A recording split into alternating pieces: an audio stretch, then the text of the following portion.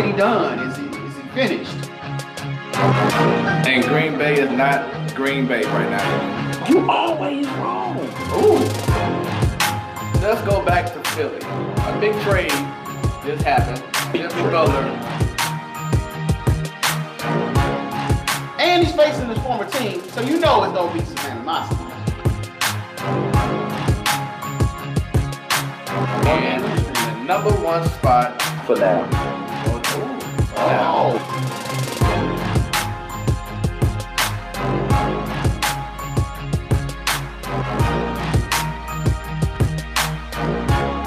Seeing that field in Mexico City, it shows how stupid the NFL is.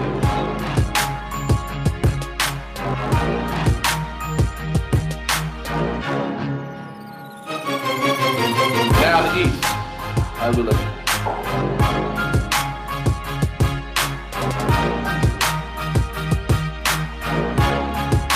Favorite team. Her favorite team. With this trade happening, does this mean the Sixers are the front runners, are the favorites? So you're going to stand up here and defend the player that just went 1 for 11 and then all of a sudden got sick. Work day getting on my nerves, but you know, I'm here. We talking about sports, man. So I ain't even thinking about work right now. I'm thinking about sports.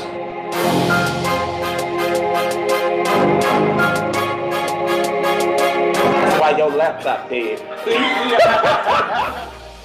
Yes. That's why your laptop dead. That's why your laptop dead. This is the Platform Sports Talk Show, your Wednesday night sports talk. And I don't even bring a laptop no more.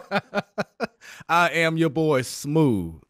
And I'm back. It's Stan, baby. When it's about sports, It becomes our business. Damn it, I missed that. And business just picked up. And damn it, I missed that too. And I missed this knuckle Damn. punch. There it is. Now it's official. Ratings just went up. It's going crazy right now. The Platform Special. What? The Platform Sports Talk Show. The platform spatula. I'm so amped right now. No. He want to go grill. Let's go. Come on. Throw some shrimp on the bobby. Shout out all 5 of y'all jumping in right at the jump. Oh, y'all was ready for us, huh? Right. Hey, they was ready. What's going on with you, brother? Ready. Man,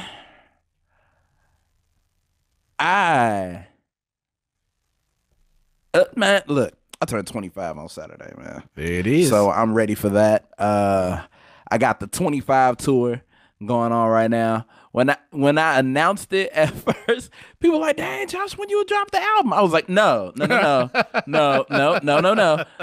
no album. This is just my birthday." And then they got me thinking about it. Do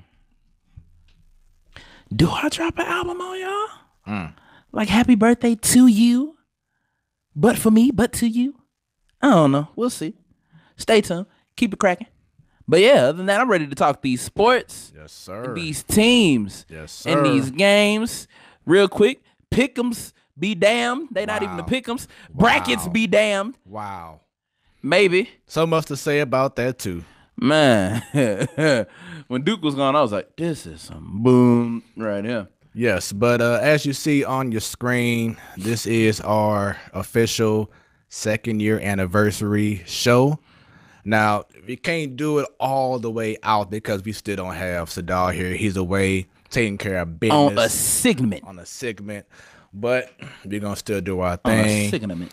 But we want to just first off just say thanks for everyone who has taken time out on their Wednesdays to check out this show. We've been going strong. Like I said, April the 2nd, 2017 was our very first show.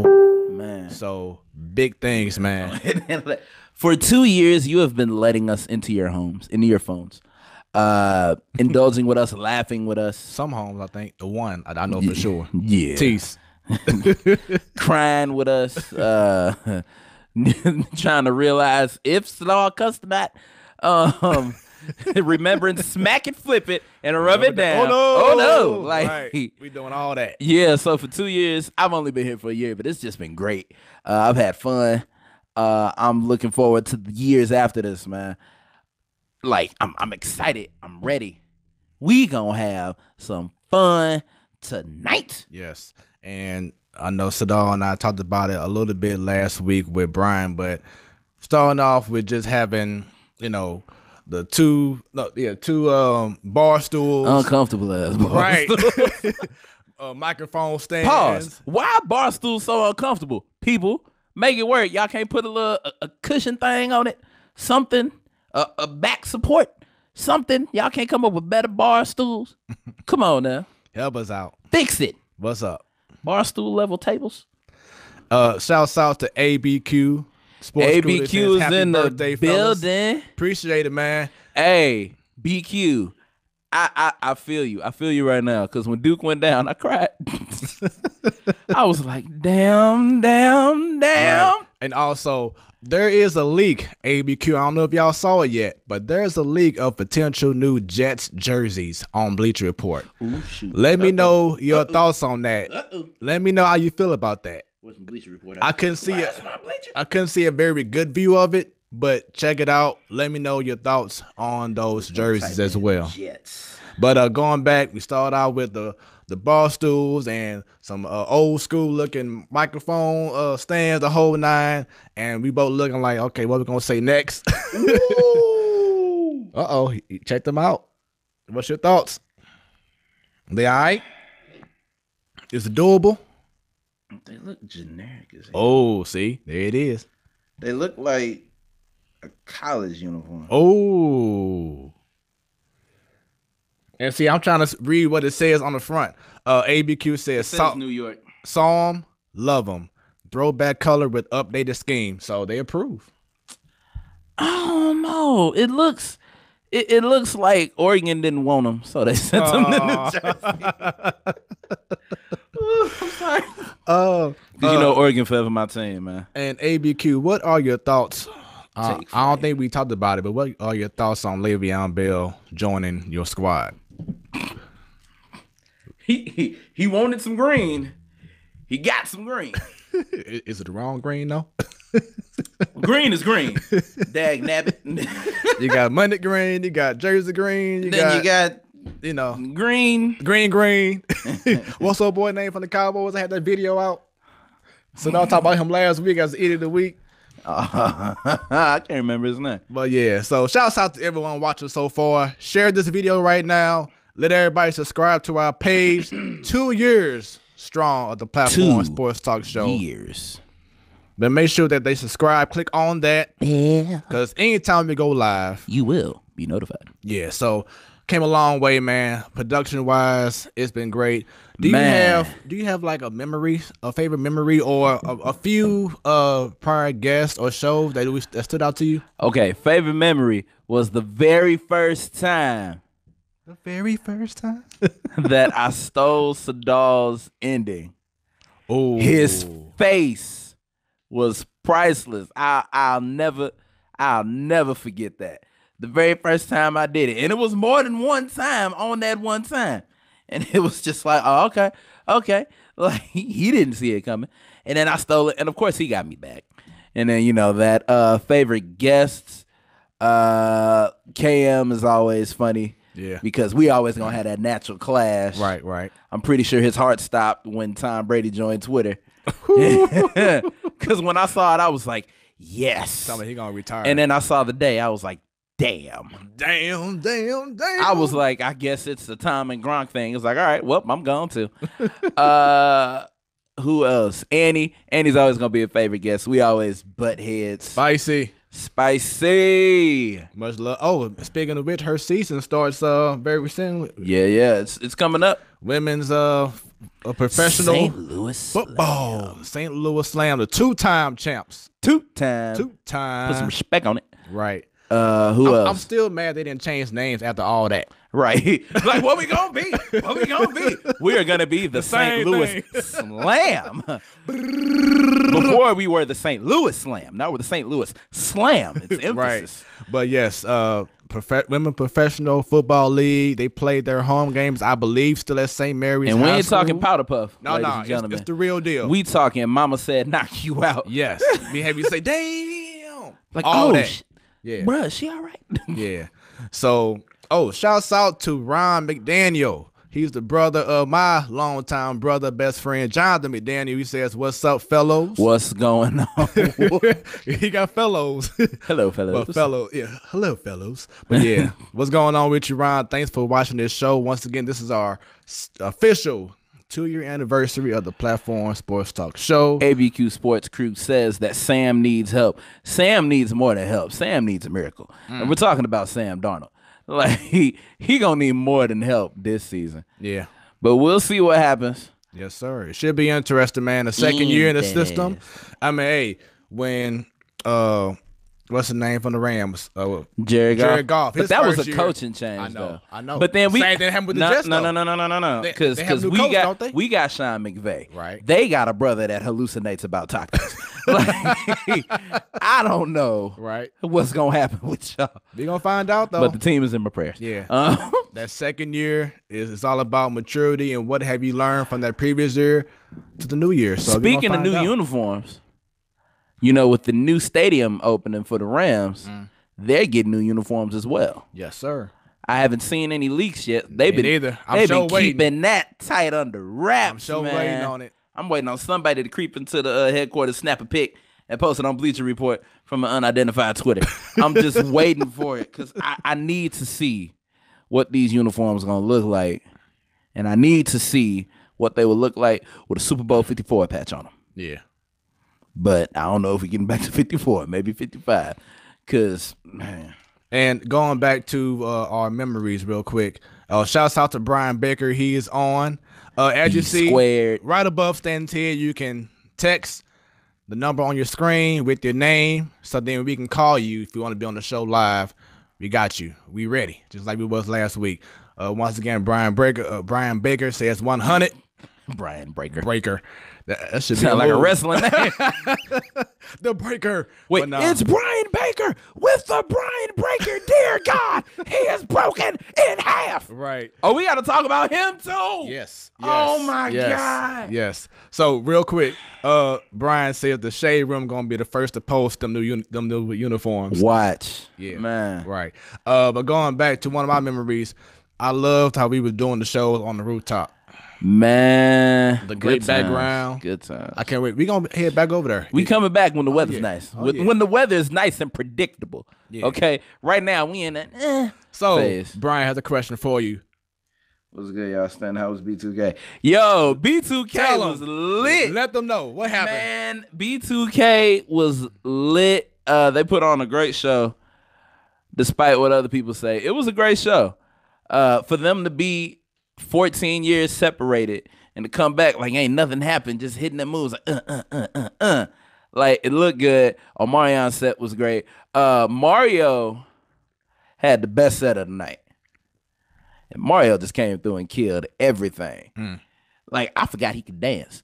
Like that's how good it was. Oh yeah, all I know is he can just sing. Yin Yang Twins were the weak link of the show. Okay, because they weren't really moving for real, like because you know they're older than everybody. Because when they were doing this, they were like mid-20s and stuff. Right. So now they pushing 40.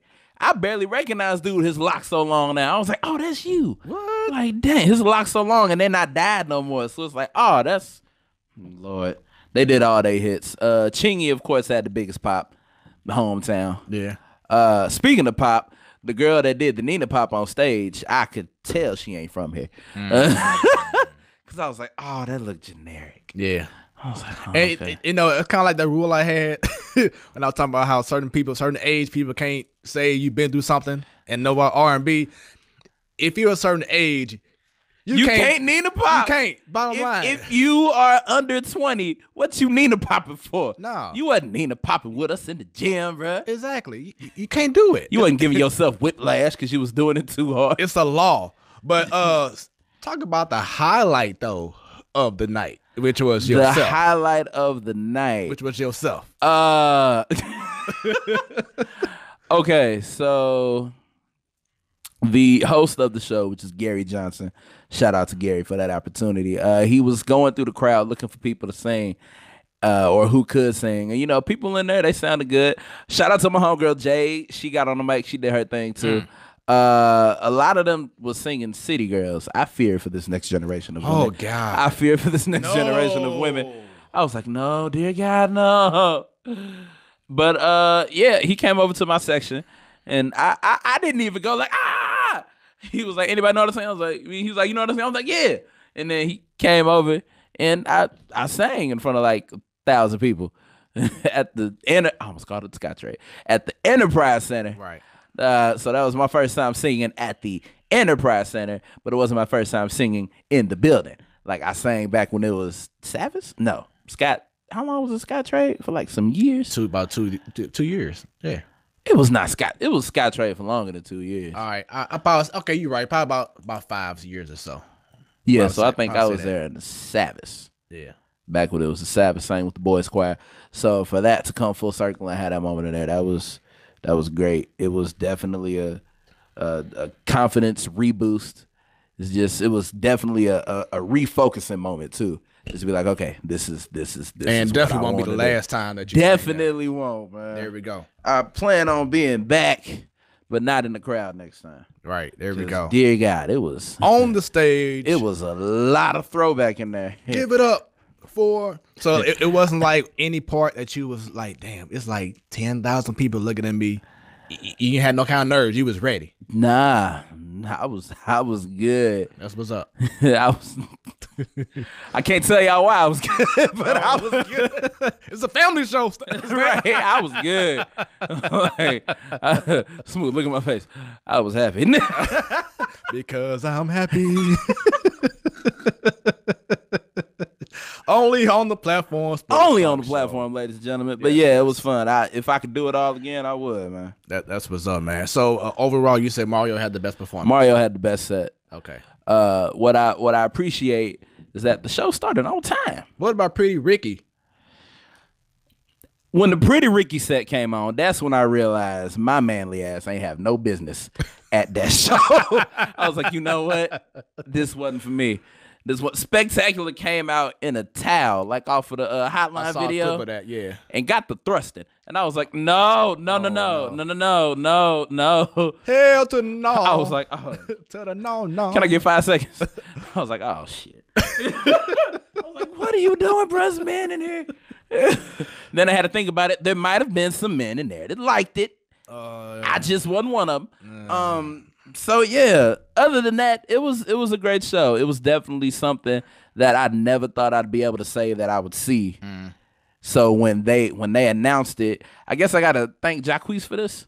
Matter of fact, did he come in town this past weekend? Yeah, he was in town last weekend. So I guess haven't heard no reviews. So I guess it was at the pageant. He always gets the pageant.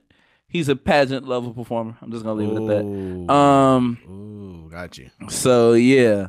It was like to say that I'm seeing all these artists that I grew up and watched, and I ain't gonna lie, I tried to mimic Omarion in the touch, touch, like I couldn't get it, but I was like, like so to see that, I was like, man, this is cool. Yeah. Tell my kids about this. My kids ain't gonna give a damn about it though. They ain't gonna know who none of them people are. Who is you talking about? Right. Play that City Girl. If I hear my daughter say play them City Girls, I'ma slap her. Oh Lord. Like, Speaking of which, we saw your daughter on Facebook, right? I'ma slap. Man, we saw like how many was that? All 4 of my kids. It was like 3 or 4. All 4 of my kids on Facebook. Got them kids everywhere. Man, look, some of them kids, I was like, I'd be cool with that. Like, it was the son and the daughter. I was like, I'd be cool with that if that was my kids. One girl looked like she was like, yes. I'm like, no. That's where I draw the line. I'll slap you into mid-marriage with 3 kids messing with me. All right, so that was the non-sports portion of our show. Back to our regularly scheduled program. There we go. We had fun with that. Stanley is a star. Now everybody knows him. I'm just a guy. So with that being said, the round table starts right now. Okay, the round table starts right now. WrestleMania is Sunday. Yes, it is. What else is going on? I don't know when the Final Four starts. Does that start this Saturday? It starts Saturday. It starts on my birthday. Yes. Oh Lord, so you can't watch. I don't want to watch gonna it. Be available. I don't want to watch it. Okay, I'm sick of the damn bracket. All I can say is Zion Williamson. If you declare for the draft this year, all I know is on NBA 2K20, My player is going to the Knicks. Man. I'm playing point guard. I don't care. I'm lobbing all passes to Zion. Boy, we going to be the new Lob City on 2K. I'm just ready for it.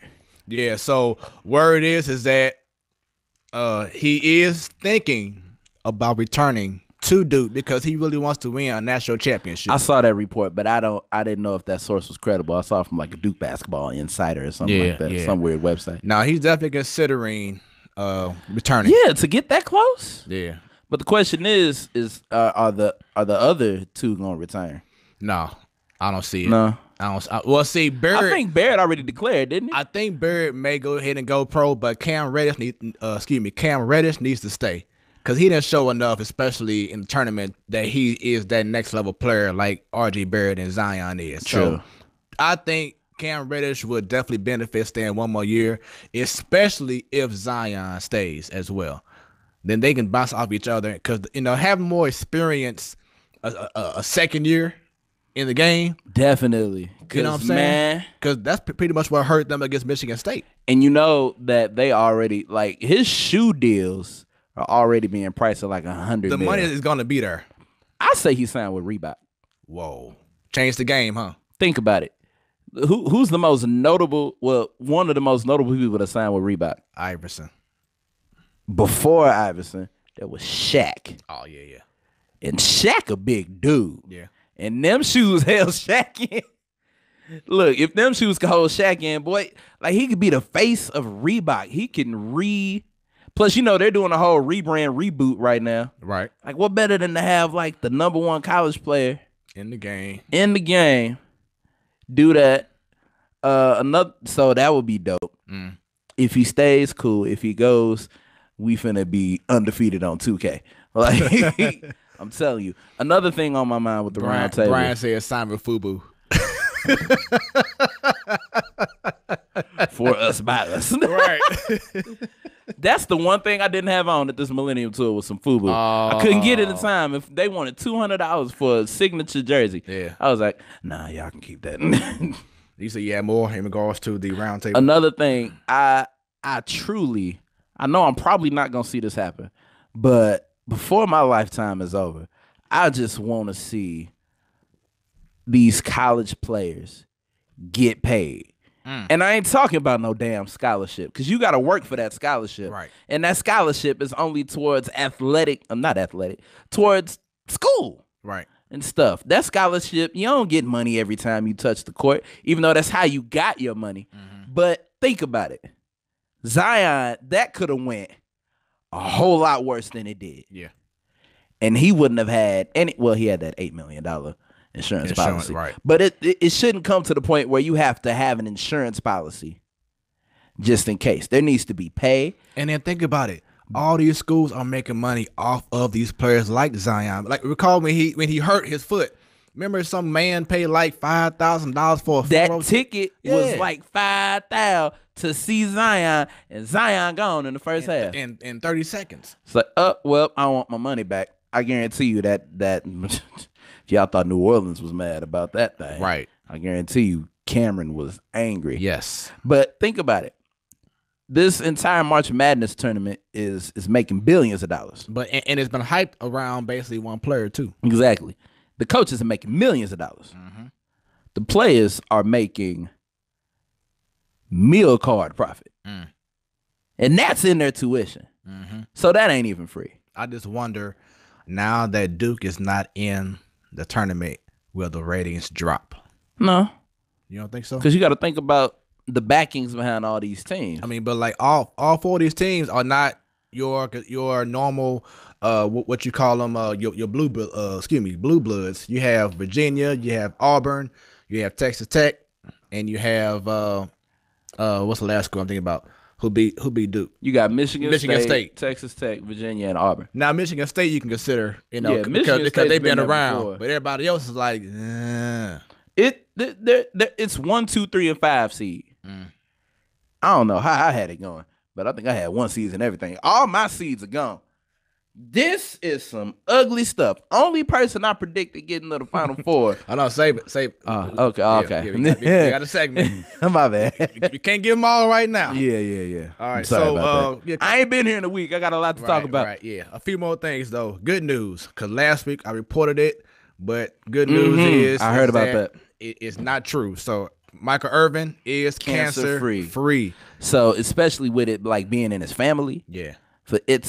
For him to not have it, that's great. Yeah, it's big, man. Once again, my favorite wide receiver. Because when they said of all that's your time. favorite wide receiver, It is. Oh, that's cool. Yeah. Mine is Chad Johnson and Terrell. I wonder why. I do too. Continue on with football. The AAF is OVER officially. A finito. But then, well, how many games they play? Like what? 6 Forget games? that. They were around for one day to represent a week, all the weeks in the year. They were only around for 52 days. So, and in 52 days, they lost $70 million. So let's see, who lasted longer, XFL or AAF? AAF. Okay. I think. Hold on. And the other question is, how will this affect the XFL? Because that comes next year. That's the look. Vince better stop now. Vince better just can it right now. Because, look, the AAF had actual NFL people working it and lost $70 million. Now, do you see the XFL trying to recruit those guys? Probably. I mean, might as well. You know who I blame for this? Who? Johnny freaking Manziel. Oh, because as soon as he got there, bankrupt. Like, all right, we're out of money. Hey, but if you are smart, and we talked about this last week, if you can, as the XFL, if you can focus on being a developmental league like the G League, I feel like that's what the AAF was supposed to do. But there was. But they should have branded it as that. They shouldn't have been like, okay, this is what we're gonna do. We're here for this. Nah, you should have partnered with the NFL, like what we all talking about last week. The Players Association. Yeah, should have got with them from the jump, right, and get all that together. But they went about it backwards. T-Bone says XFL lasted longer. I feel like you wouldn't know that if Vince's name wasn't on it. Yeah, so maybe you would. I'm not. But yeah, you know, if I was Vince, and you know he's a man who knows how to get connections or whatever, do what you can to try to be in the good graces of the NFLPA. Man, you know what I just thought about? What? Because we'll talk about that later. I don't know if the XFL gonna last. I don't want to get into it, but all I'm gonna say is they got healthcare. That was the issue with WWE. Because if they ain't got healthcare in football, I'm pretty sure. And then on top of that, it's gonna be another issue if they do have healthcare. Then that's gonna be an issue on the other side. Which is why I'm saying Vince just need to cut it right now. All I know is he's taking notes from whatever AAF failed to do. He wants to make sure if they still launch it, he wants to make sure that the XFL does it the correct way. So he probably saying, okay, let me go ahead and jot this down. Let me learn my lessons here. Right. So we'll see about that. Going to hockey real quick. The Blues are currently in the playoffs. For the first time in like 3 years. But check this out. They are currently right now, as we stand, 2 points behind the Central leading Winnipeg Jets. Man, with 3 games Shut left. up. That's all I'm saying. That's all I'm saying. Because remember what happened the last time. That's all I'm saying. Remember what happened the last time. That's all I'm saying. All right, cool. Moving on. Next. All right, up next, Stephen A. Smith is about to secure the bag. What happened? He's about to be the highest paid ESPN personality, possibly getting between. He should be. Between 8 to 10 mil a year. Ta-ching! Exactly. You know what? That face you just made with like a perfect meme. I don't even know what to do with $1 million. 8 to 10 mil a year. You know what? No, I would invest in multiple Chick-fil-A locations. I'll take the Nipsey rap. Right. Yeah. So shouts out to him. One of the hardest working men in the sports entertainment business. He been around since his hairline was intact. Man, since it was all the way over here. No, he been around since. But whoever his barber is. Ooh, Lord, Steve, whoever your barber is, he don't like you, bro. He lied to you. He might have been hearing you talking smack in the back. He don't like you. Hey, you on TV looking like this. Right. Yep. This is a disgrace. Then shouts out to Tommy Pham, former Cardinal, man. He ties the Tampa Bay Rays record for consecutive games getting on base with 35. I mean, it ain't that hard to do. It's Tampa. Hey, but I miss Tommy. He came in ever since Ever since he got traded to the Rays, he's been doing his thing. I will say I'm glad to have seen Tommy play. Me too. And it was last year, like in April. And I think right after that, he was gone. So I was glad to have seen him play. And I saw the emotion, too. Yeah. Because he struck out. And he was like, man, and I see it. He always had that, though. And that's what's missing, which we'll talk about that in a minute. Yeah, we'll get to all that. But actually, my last baseball that I received from the Cardinal game was from Tommy Pham. So that's big, man. But even besides him, look at what, if you have seen anything yet, Grichuk, he's doing well in Toronto. His strikeout ratio has decreased, and it's got a extension for a 5-year, $52 million extension from the Blue Jays. Piscotty, he's doing his thing with Oakland. Marco Gonzalez, he's doing his thing. I think he's 3-0 with Seattle Mariners. Now we know the season's early, but but they're playing better than what they were playing, how they were playing St. Louis. So says a whole lot about what went down during the years of Matheny to how they're playing now with other coaches. Man, honestly, looking at this, I know it's early, but I'm ready to start the Fire Mosaic campaign. Oh, I'm ready to start it. I'm like, get him out of here. We were talking about it. Get him gone. Talking about it. I'm sick of it now because it's like, come on, man. Yeah.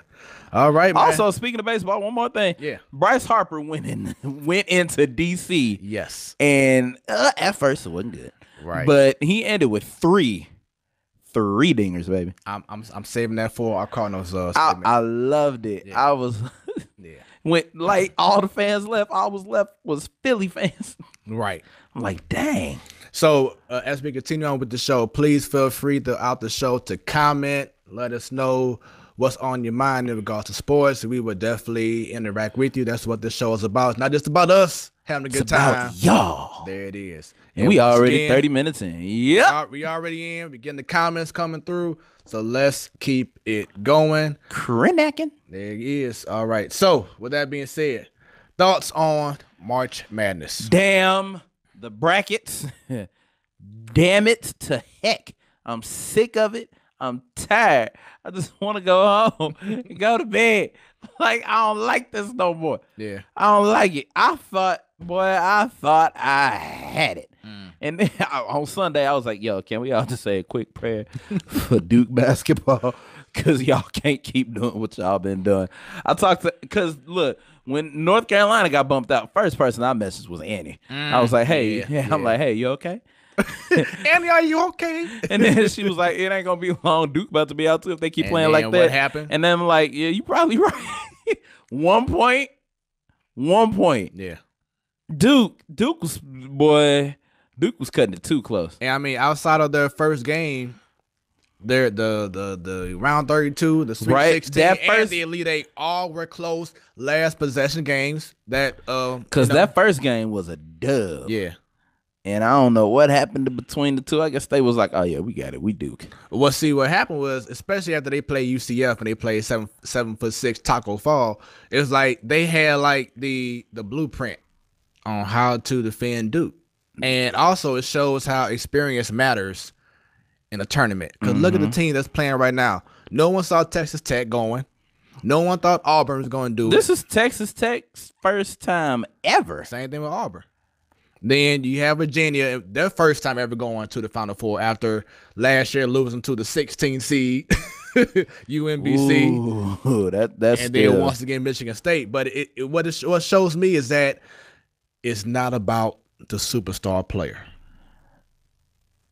It's really not. Because look at Ja Morant. Unless he's not around. Unless it's LeBron. That's the superstar player. But of course he didn't go. But it's not. It can't just be about the top prospect or prospects on the team, especially if you're freshman, whatever. It's about experience. It's about knowing how to handle adversity, knowing how to being able to make adjustments throughout the whole game. Damn. What happened? Cardinals down 3-0. Oh. And yes, so we will provide updates in regards to the Cardinals because we are from the Lou, and we have to represent and do what They we be do. making me mad. Dude, but like I said, we'll talk about it in a second. But once again, overall, it just shows that experience matters, and Duke got exposed, and now they're sitting home. They crying. had a crack in the armor, and like a good metal wedge, they just pried it open. Yeah, right on the weak spot. It was parts of the game. It looks like Coach K, which I mean, man, coach the freaking Redeem team and all Team USA, whatever. But it's like it was moments that he was having his player just play and not play organized, share the ball, pass the ball kind of game. Like because he didn't anticipate people to catch on. But I mean, for you to have a resume like what he has, you should have had your guy more prepared to handle certain defense. And it looks like he didn't have that. Or they didn't have that. Because Zion had Coach K chilling for the first time in his whole career.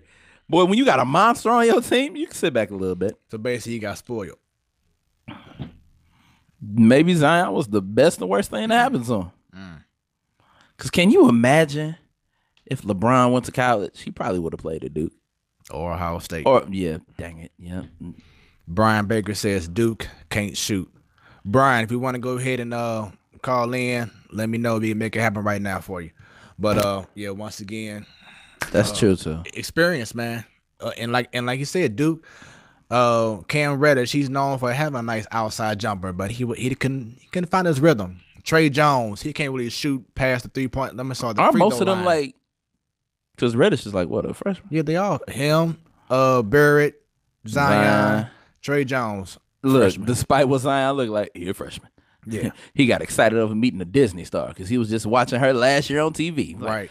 Oh man, I watch your show. Speaking of which, word is that now LeBron, he's turned down the offer to play in the summertime because he wants to focus on rehabbing, but also shooting Space Jam 2. But word is that Team USA wants to have Zion play with them over the summer. I say do it. Might as well get that experience in. Get that, man, because what Playing better with way? the best of the best? Right? That would be killer. All right, so we live once again. I'm about to add Brian Baker to the show. Brian, let everybody know to look at the video on YouTube so they can check you out.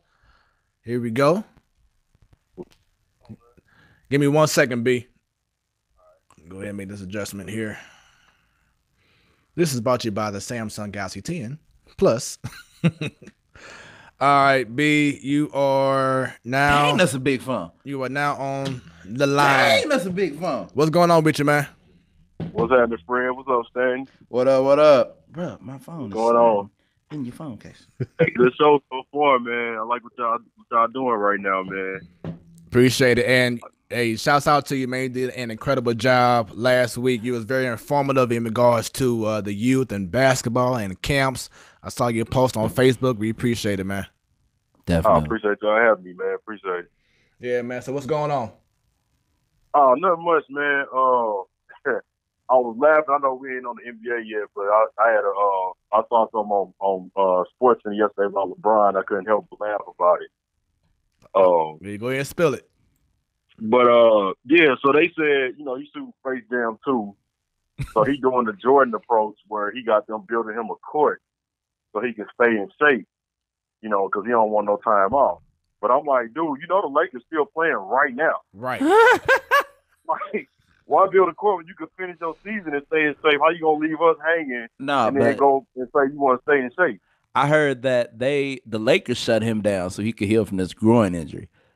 That's what I heard. Because I feel like he still ain't fully healed from that. No, he ain't. Yeah, because now they saying it was a 6-month injury, which I've never heard of that one. They were saying that it was like they were saying that there was something, because I remember I talked about it on the show a couple months ago that after the groin injury, they started saying there was a hernia injury with it too. And I feel like that there is a hernia injury. They just not leaking that. They not letting that out. Yeah, like, that's big if that's the case. I didn't hear that one. Yeah.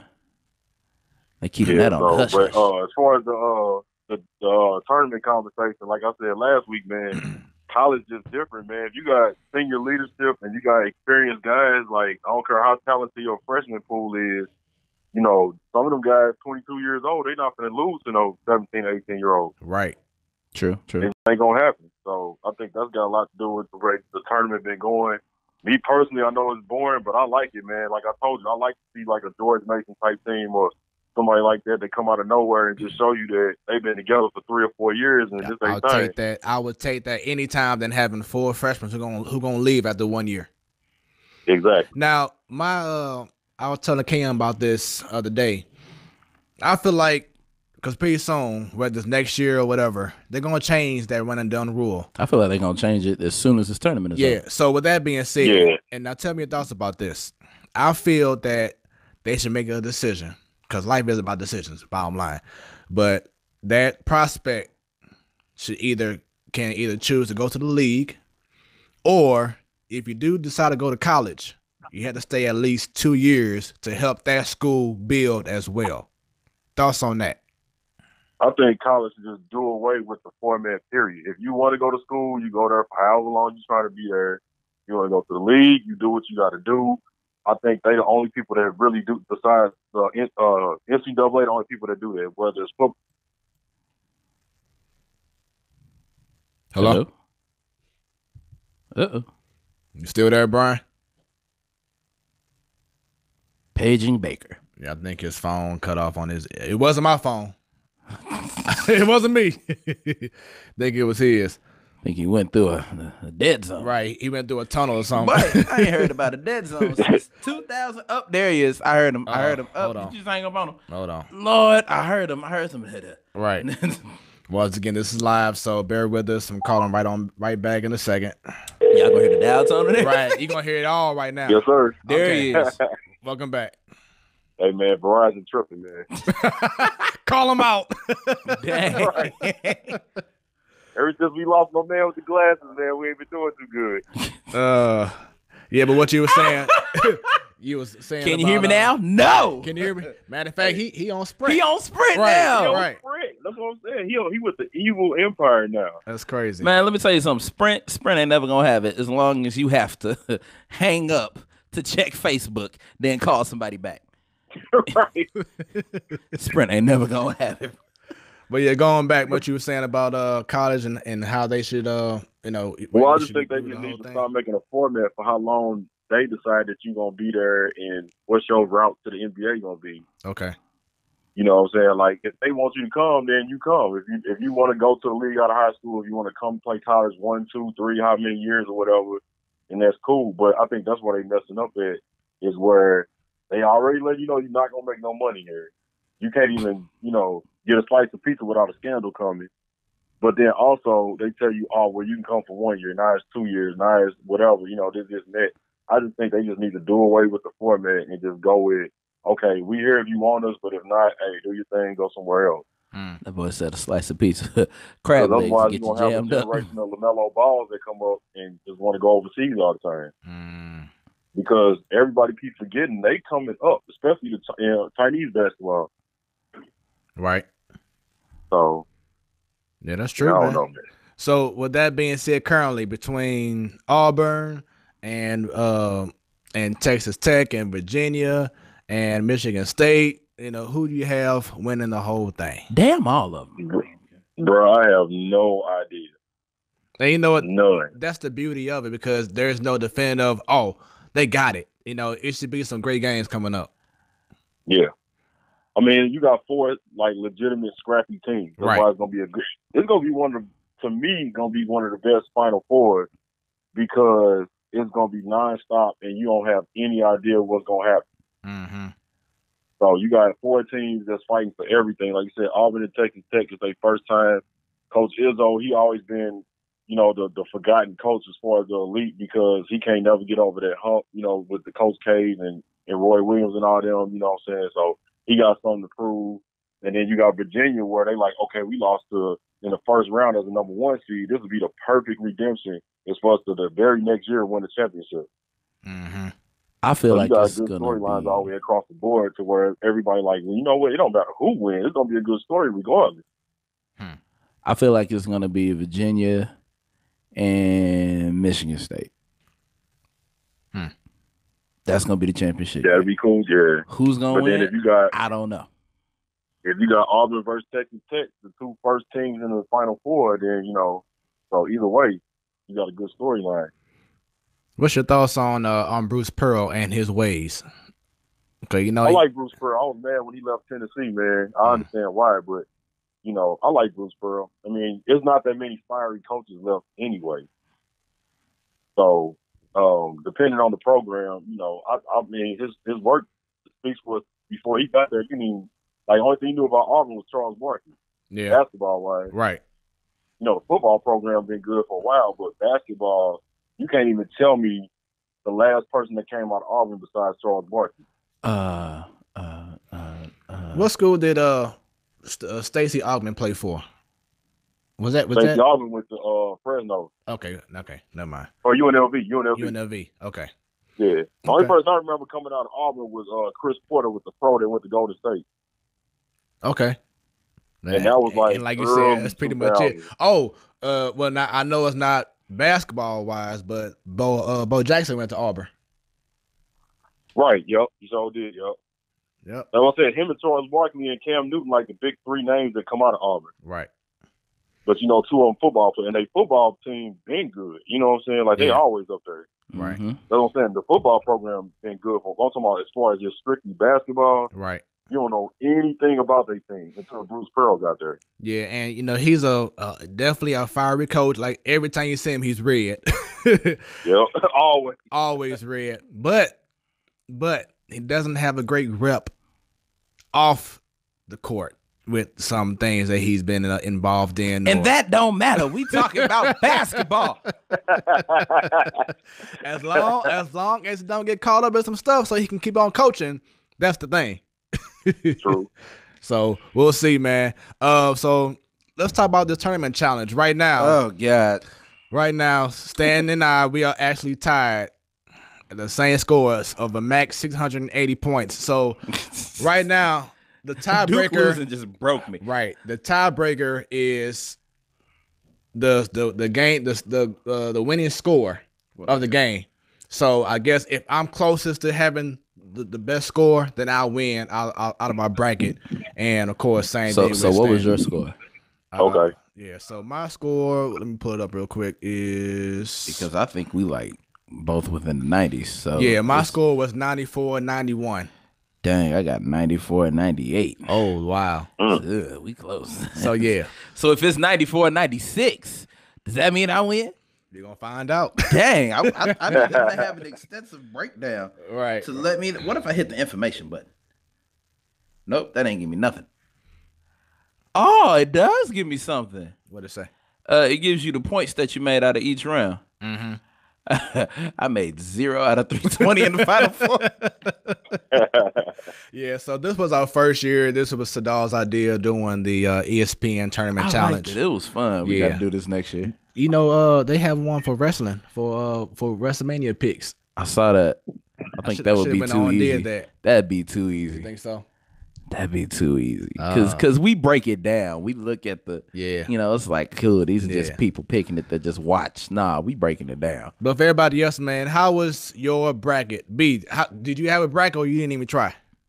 No, I set this one out, man. KU, my team, man. It's been frustrating all year for me, man. So I set this one out. Hey, Sadal. I just enjoy watching all Sadal, he was excited. Sadal was excited when KU lost. I was mad when Kansas lost. Like, yeah, I know. Like, we talked about that last week. So I was a little too happy. Like Kansas, yeah. Right. Yeah, boy. But once again, it should be a great Final Four. This is so disrespectful. Why they got Duke all shaded out now that they gone? Right. Y'all just mean. Hey, it's the same thing. I had Gonzaga winning. Boy, when Gonzaga lost, I was like, I was close to that bandwagon. Yeah. It's me. It was a battle of the Joshes because it was me and then Josh from ABQ and then Duke lost. I was like, damn. Yeah. So just to cover our tracks again, starting Saturday, the Final Four is Michigan State, number 2 seed versus number 3 seed Texas Tech. Then we had number 1 seed Virginia versus number 5 Auburn. So good games on the way. Anything else, B? No, that's it, man. I'm gonna kick back and eat my dinner, man, like it's almost ready, and just continue watching y'all show, man. What you Appreciate eating, y'all bro? having me on again. Pass Like the what? peas like you What used you to eating? do. Baked chicken and mashed potatoes. Oh Lord, don't do that to me. We on the way. Hey, so I might be asleep before the show over with. We are on the way. Right.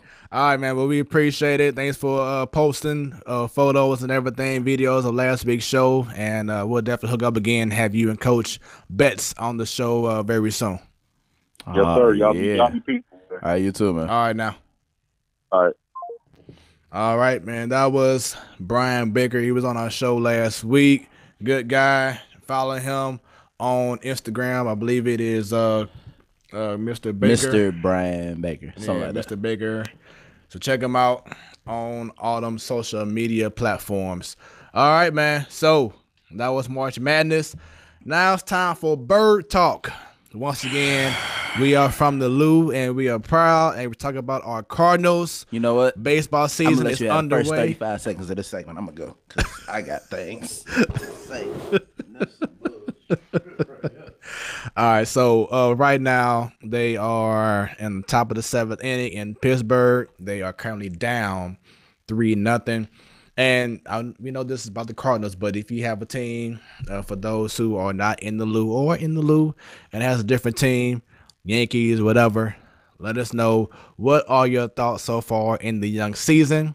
We know it's early, but you still have to have your reactions, your overreactions. Right now it's all about But right now it's all about the positive and negative thoughts on the season so far.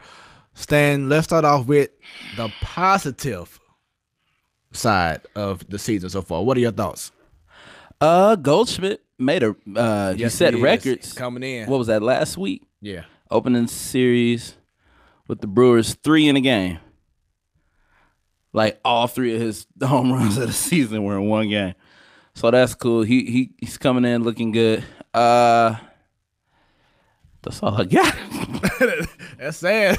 But I ain't mad at you because it's pretty much how it is right now. But yes, so just to add on, Goldsmith, he is letting everybody know who the freak he is. Man, definitely. Once again, he had a 3-homer game 2 of the season against Milwaukee. He's doing his thing. Colton Wong. Colton, man. He's come a long way from costing us the World Series. He has. And I think the biggest thing about him is he's happy because he's in a better situation with Mike Ship. He's much happier now. He knows that he's playing every game. If he goes 0 for 5, he'll still be in the next game. If it's a lefty, he'll be in again. He's playing with more confidence, and when you have confidence, you have swag. Now wait a minute. If you go 0 for 5, you might have to sit your ass down. I'm Matheny. Like you ain't gonna play the whole game, but you gonna play. Oh, Lord. You just gonna have to sit down for a minute. You 0 for 5? 0 for 5. Oh Lord, yeah. You like 0 for 5? You doing the whole Matheny right First there. of all, how did you get to the plate 5 times Oh Lord, and not hit the ball once? not once, huh? Or not get on base once, because he could have hit the ball, but not get on base once. I mean, you can have all 5 hits be at best be hard hits right to center field or left field or something. Man, you better put a bounce on it. Really? you better arc the ball or do something. But yeah, Colton Wong, great start so far. Relief pitcher John Brebbia, he's coming in, getting cats out. Shouts out to him. John Gant, he's a relief pitcher. He actually was trying to win the fifth starting spot between him and Dakota Hudson. He lost out, but he's made up for it by being dynamic coming out the bullpen. So speaking of pitchers, great job. Jordan Hicks, flamethrower. He popped that change up on him. Mm-hmm. Michael Walker, he had a great, out of all the 5 starters, he lasted the longest so far, pitching like into the 6th inning. Oh, Paul DeYoung just hit a homer. There we go. Update from Stan. We still down 3-1 now.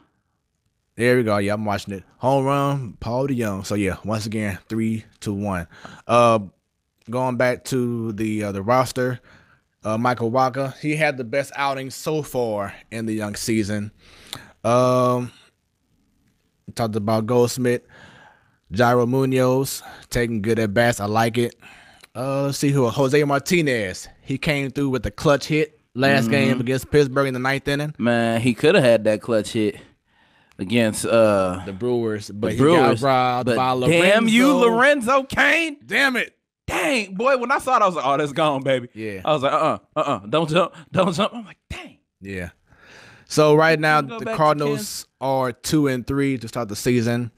Once again, they are off tomorrow because of the rain delay the proposed forecast. Rain. Right, the forecast. Look, when St. Louis says it's gonna rain, it's gonna rain. Right, it's gonna happen. So they move. It's raining all day tomorrow.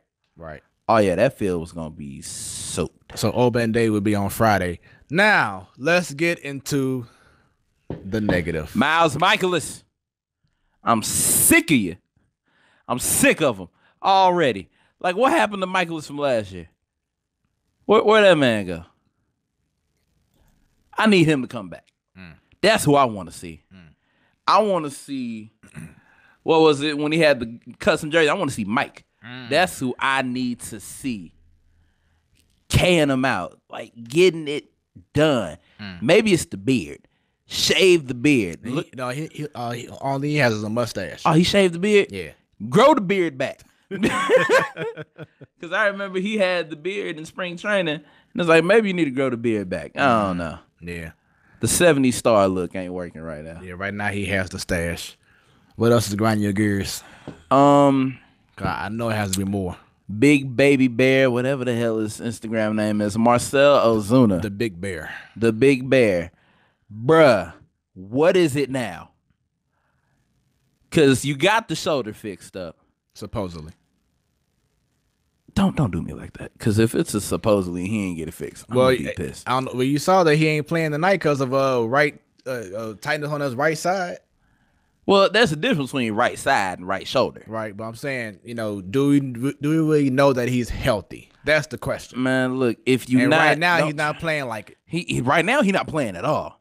Right. It's but I'm saying prior to today's game, he hasn't shown that he's improved from last year. Granted, we know it's early, but everything that we discussed before, that's why he was Idiot of the Week a while back, because you had an assignment to do in the off season. It's coming back to Hunters, right. You came in, you was way over the weight requirement. They had you like 50 pounds overweight.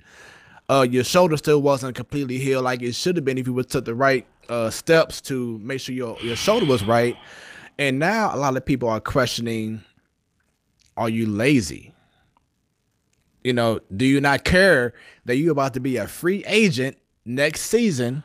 All I know is if they don't re-sign him and I see the Miami Marlins Ozuna on another team, if I see the Ozuna from Miami, because Ozuna from Miami was knocking them left and right. I actually posted a video on my page of him from Miami? Facebook. Fred hit, yes. There are clips of him.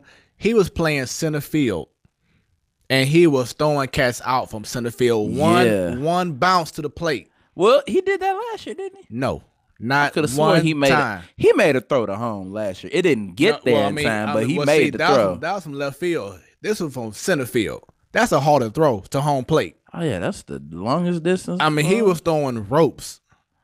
And now it's like we have damaged goods.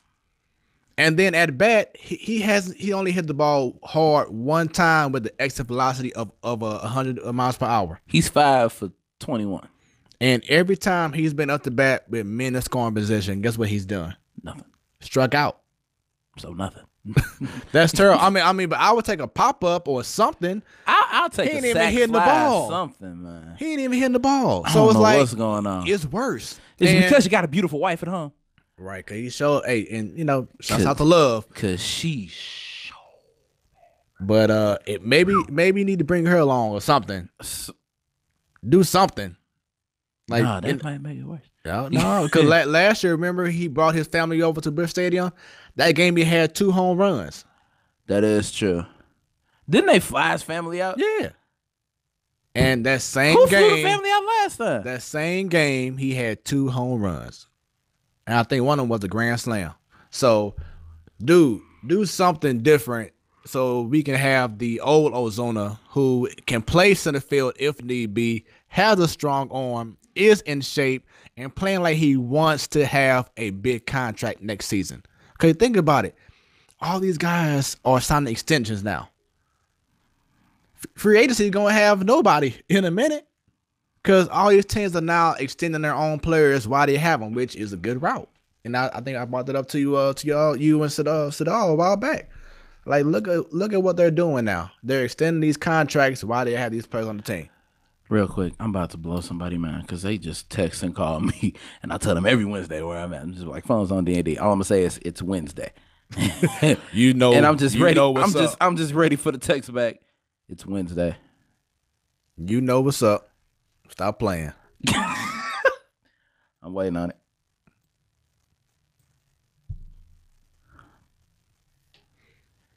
Oh, she did already say that. She's like, damn, it's Wednesday. My bad. Okay, I was ready for it. Well, YouTube just caught me play myself. Okay. Yeah, so Marcell Ozuna, he definitely is to talk around town right now about who are you, where is the real Ozuna? That's the big question right now.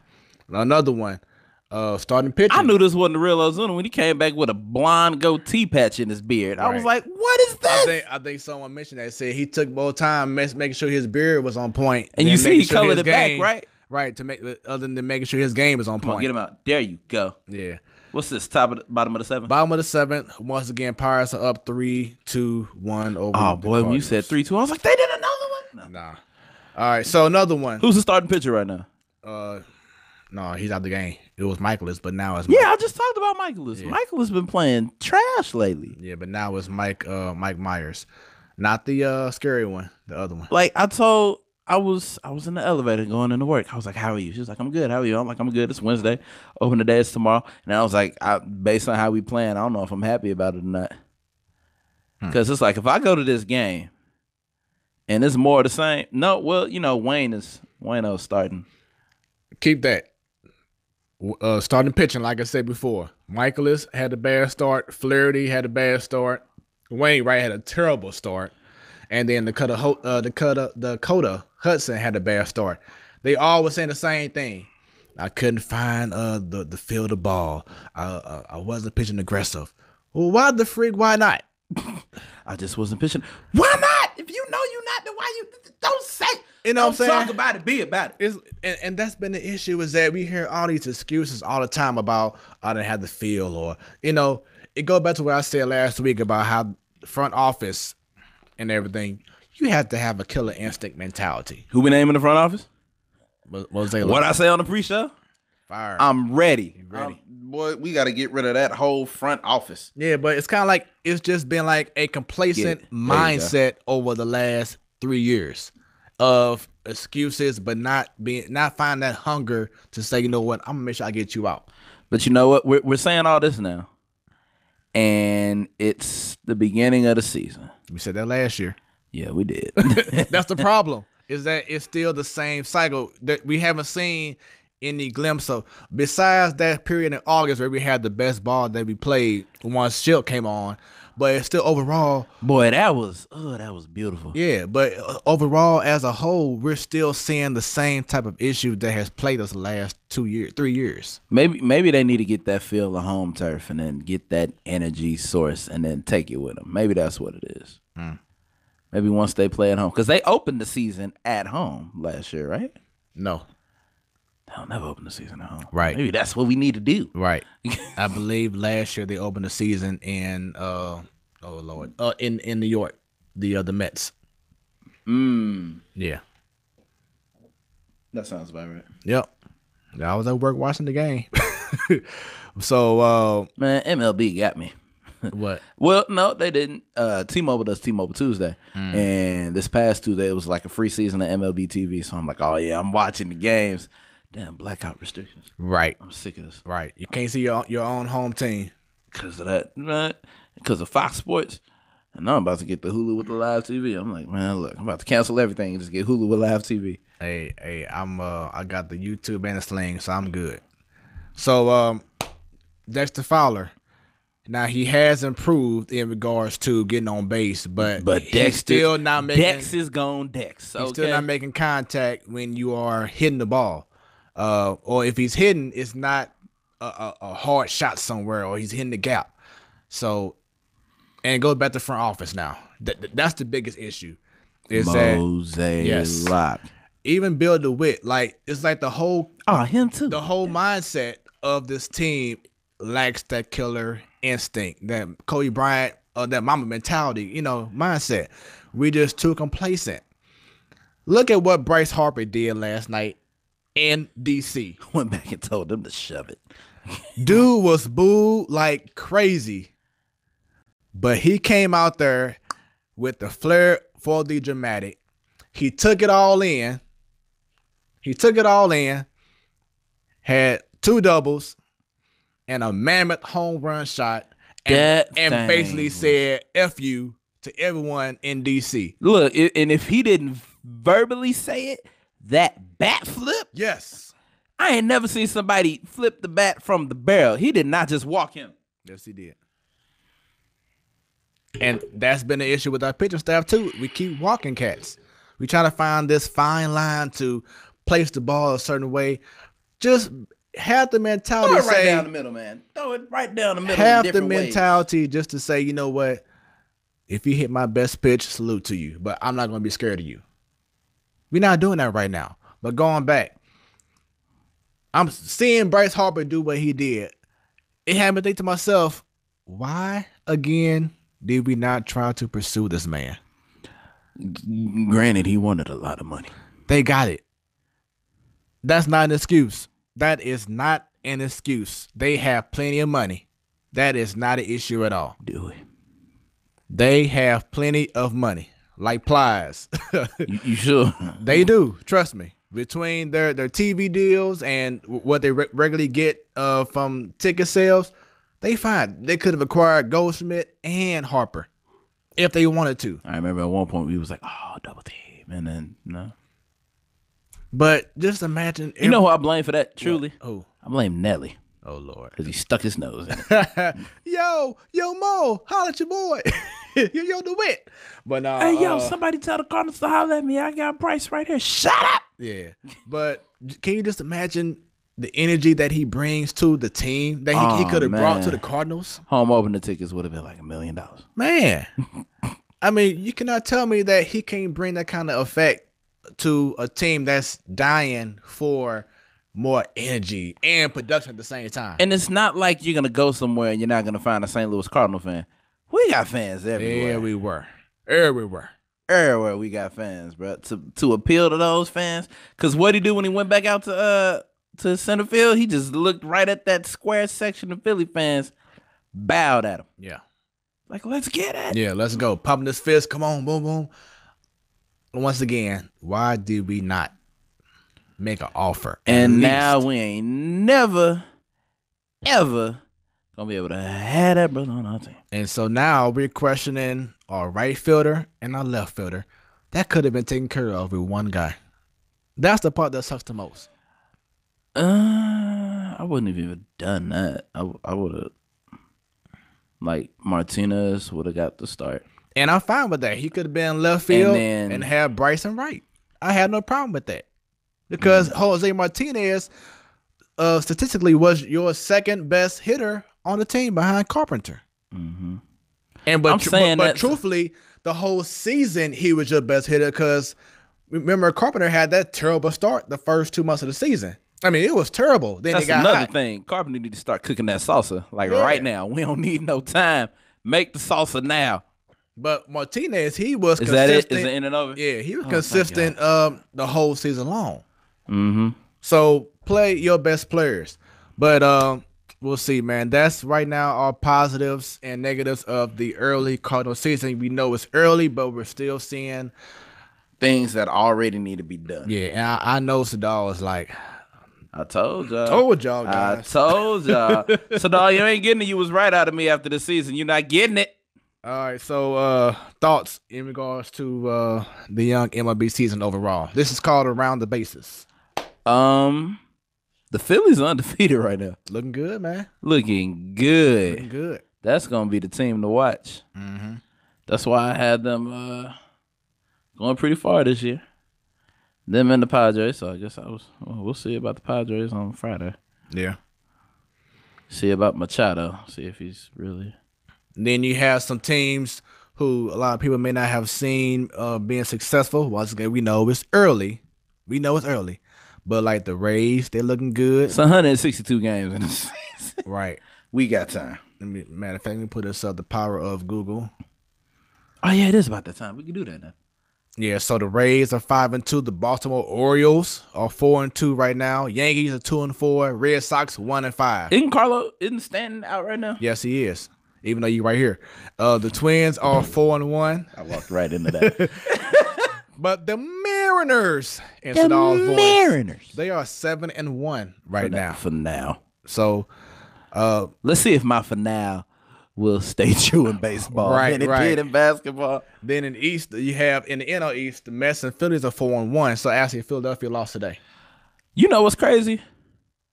We're 2-3, and we still second in the Central. Because the Brewers are 6-1. That's something else to think about. A lot of people underestimated the Brewers being good again. I didn't.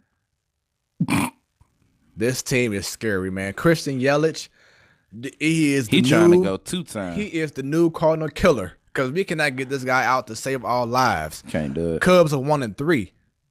Reds 1-4. The Cubs are what? 1-3. Can you say that one more time? 1-3. One more again. 1-3.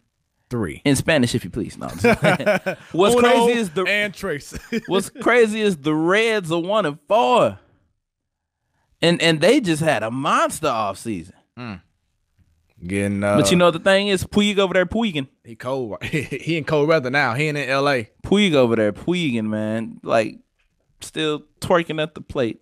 I saw that video. I didn't want to see it, but I saw it. Puig still. In the NL West, Dodgers are currently 4-2. Padres 4-3.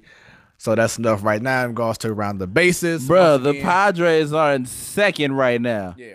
Who's your daddy? And we'll see them on Friday. Yeah. So that's around the bases. Hopefully we can answer that question. Us. Right. Once again, we'll see them on Friday, home opener. Yes, we will. You check out the video of Busch Stadium and the new LED lights. I did. I thought they were gonna be in color. I was kind of disappointed. I was hoping for color. I'm like, how y'all gonna get white LED? Yeah, I saw that would have been so cool. Or maybe it is in color and they just didn't show everything. We'll find out. Yeah, because you know when the it's gonna be too bright outside for that. Well, it won't be dark. No, I was saying for if during the national anthem the flag waves on the LED, but we won't be able to see that because it'll be too bright. Yeah, but they make moves in Busch Stadium, so look forward to seeing it when you go to a night game, especially. Yeah, it should be pretty exciting. So that was around the bases. That was our MLB. I think it's about that time. Yes, it is. So, T-Bone, if you are watching, go ahead and call me now. And if you're not watching, we gonna call you. No. Yes. Matter of fact, let me go ahead and get this thing going. Oh, dang. They said LeBron's MVP day is over. Right. Man, I don't know. If he turn around this if he turn it around for him next season, he getting MVP. Thing is, will he have the hunger? That's gonna be the question. Also, shout out to Russell Westbrook last night. Yes. The first player since Wilt Chamberlain to have a 20-20-20. Yes. And he did it for Nipsey. Yes. And also, definitely. Yes, sir. T-Bone. Dang, he came in ready. T-Bone is on the line. What is going on with I told myself I would never do this again, but it's been a minute. Funk is on the road. I'm sorry. I couldn't help it. It's been a while. Did he hang up? No words. I thought he hung up. No words. He said no words. I'm like, did I drive him away? Dang it. Yeah. So this is a new segment as well for today, since it's the WrestleMania 35 preview. This is called What the Funk? Because we have T-Bone Funk on the line. We gonna work on the name. Yes, that was a spur of the moment thing. He's a well-renowned professional wrestler. retired professional wrestler. Yeah. And he was on our show last week. A good conversation with him, along with Sadal and Brian Baker. I have a question. Stan has a question for him. I know Smooth got in trouble last week. I didn't say it. I sure didn't say it. For saying them words. So let me ask you if this is an acceptable way to say it. A professional wrestler on the independent circuit. That's fine. Because I was thinking about that last week. I was like, does that work? Okay. That's fine. That's cool. Cool. Professional wrestler on the independent circuit. All right. So before we begin, man, how are you doing? Good, man. You know, holding it down here. You know, just taking things day by day, you know? Yes, sir. Appreciate you being on the line with us, man. As you know, it all goes down. Friday night is NXT TakeOver in Brooklyn. Are you excited about that? You know what? I felt like I was trying to be prepared. I forgot all about NXT. And update, the Cardinals are now tied at 3. Come on, who hit the 2-run homer? I'll find out in a minute. Hold on, I can tell you right now. There we go. Okay. Harrison Bader. I forgot all about Bader. Beta. All right, so sorry about that, T-Bone. Continue on. You say you didn't even realize about NXT Brooklyn. You know what? This whole time, this past, ever since y'all logged on today, you know, I was sitting here listening to everything y'all said, and I'm like, man, I got an opinion about this and that. I forgot all about NXT. I hadn't even been thinking about it. But it still should be a great show. Should seem like these past few big shows, like, you know, SummerSlam and the other shows in the past, NXT has really been a talk of the town in regards to providing a great show. What are your thoughts on that? Yeah, I mean, that's true. I mean, a lot of people tend to like the NXT shows better just because I think that they have it's more of a focus. You know, the NXT shows normally have about 5 matches on it versus WrestleMania that's going to have like 25,000 matches on it. So you ain't lying. It's going to be like a 24-hour show, a marathon starting on Saturday night. Oh, yeah. Well, it's a work day, so I'm going to need to get a lunch in there at some point. You know what I mean? Mm-hmm. But, wait a minute. I'm sorry. Fair. Matt Carpenter just hit a double down the line. All right. So the bats are heating up in cold Pittsburgh. Go. Sorry about that, T-Bone. We kind of get excited with our Cardinals, man. So please forgive us. No worries. But real quick about those Cardinals. Yeah. You know, for the past 2 years, y'all were saying it was all Matheny. Matheny ain't there now. Okay. Just say it. Yeah. Yep. And I brought this up a while back when I told Sadal about this. I said, you know, Matheny was part of the issue. He was. But he wasn't the main issue. The main issue is the mindset of the front office. They have become complacent because they got so spoiled off of their own success since 2000 since basically the year 2000. And now the other teams have caught up and knowing how to start winning. The Cardinals don't know what to do. They're stuck in like a second place. Well, all the other teams started spending money. Right. You pointed out, why didn't they go after Bryce Harper? Right. The Cardinal way is they don't do that. Right. They want to have their homegrown players to go up to the system, and then they got stung bad by Jason Hayward and David Price and whomever else. But if you're trying to be at a certain level, you have to have that killer instinct mentality and go out there and say, you know what? This man brings this to a team, to an organization, to a city. Like Bryce Harper, there should have been more of an effort to acquire him, and they did not do anything. He didn't get nan call, text, email, fax, nothing. Tweet. That's my issue. They didn't even try. Yeah. But that's baseball. We digress right now. Back to wrestling, because that wrestling group on Facebook, what's that? The national, national. What is it? African something? National Alliance for African Wrestling. I don't know. I probably a few people were showing love to our page. Told me we got a lot of wrestling to talk about, so we're going to stick on that. Going back to NXT, I look forward to seeing a few great matches. I know that we have a vacant NXT championship match since was it Tommaso Ciampa? Yeah. He had, what was that? His Adam neck? Cole. Yeah. So Yeah, he's gonna be gone for a minute. Yeah, Ciampa has the neck issue, so he's going to be out for a while. You got Gargano against Adam Cole. I mean, on paper, that should be a good match.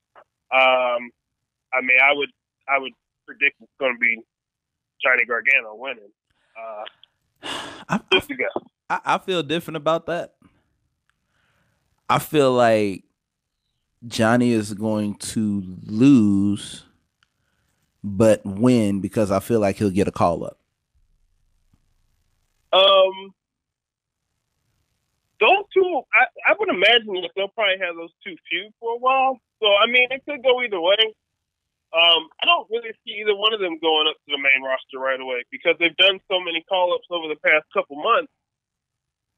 People would just get lost in the shuffle. Unless they're doing some type of draft where they're going to draft some people from Raw and SmackDown and put them on NXT. Well, you know, they are about to, they're going to do that superstar shakeup soon. So that's always coming. And then But what I mean is, normally, if you're bringing people up from NXT, you know, you're not replacing them. What I'm saying is they've done so many call-ups over the past few months where they're not even using a lot of the guys that they even called up. Right. It wouldn't make sense to just call somebody up unless you're sending people down to NXT. Because, like, what the hell happened to Tyler Breeze? Oh, not even him. I mean, because his I can understand, you know, from the point of he was teaming with Fandango. Fandango got hurt. They don't really have any major plans with him. That makes sense. But when you have, what is it, Heavy Machinery? Right. No, not Heavy Machinery. Yeah. You have them. You have, what's her name? Nikki Cross. Right. He came up. EC3. EC3. Yeah. You have all these people. You have all these people where they're not even really doing anything with them to where they had the thing where they were talking about the 6 guys that were coming up and they showed the video package. Right. They haven't really done anything with them to the point where they brought up 4 more guys. Right. You know, they brought up Gargano and they brought up Ciampa. They brought up Aleister Black and Ricochet after that. So they're using Aleister Black and Ricochet. Obviously, the plans kind of went away with the others, but I don't see them bringing Johnny Gargano up right now because I think if they were going to do it, they probably wanted to do something with him and Ciampa. Since Ciampa's out, they'll probably switch and have Johnny Gargano be the NXT champion because that's the one thing he hasn't done. It'll give him a purpose for staying there. And instead of people thinking, you know, why is he still here? Well, if he's the champion, he hasn't been the champion before, so it gives him something to do. Stan and I had a talk about this a while back. If Fox, because you know the Fox is going to be having SmackDown and everything on in the fall, there were talks about moving NXT from not just being on the network but being on primetime TV as well. Is that a bad move or would that be a good move? It would be. Well, I think it would be a good move either way because it would be good for Fox because there's a following for NXT. It might be good for NXT because now people who don't already have the network will have a reason to or a way to see it, and it might get them to get the network to see the takeover special.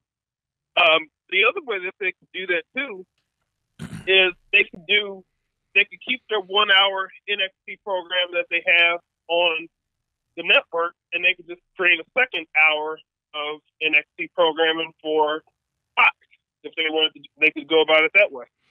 And to add on to that, word is that Fox is considering doing a 3-hour SmackDown. Oh, yeah. And what they're saying is that they want to have the first 2 hours on your local Fox network, and then have the last hour on FS1. Yeah. I mean, again, I know I was just talking to somebody about this, and I know as adults, we're probably like, oh, man, 6 hours of television, 7 hours if you include NXT, and if you watch any other wrestling shows, that's a lot of wrestling. Yeah. Right? Go to bed. I got to wake up in the morning. But here's the thing: if you like football, you don't complain about the fact that you watched 6 hours, 9 hours of football on Sunday, 3 hours on Monday, and 3 hours on Thursday. Mm-hmm. So there's more hours of football content on in a week when football season's going on. If you're following your local basketball team, how many days a week do they play? 4 or so? If you have a baseball team, the Cardinals, they play usually 3 days in a row, 1 day off, 3 more days. So you're talking 6. We're talking about a lot of hours of sports here. So if you're the WWE, you got to look at it from that standpoint. Like, these people are consuming this many hours of television. And if you go back into the older days, even if you go back to when Raw and Nitro were going head to head, there was 5 hours of television on right there, not even including SmackDown and Thunder.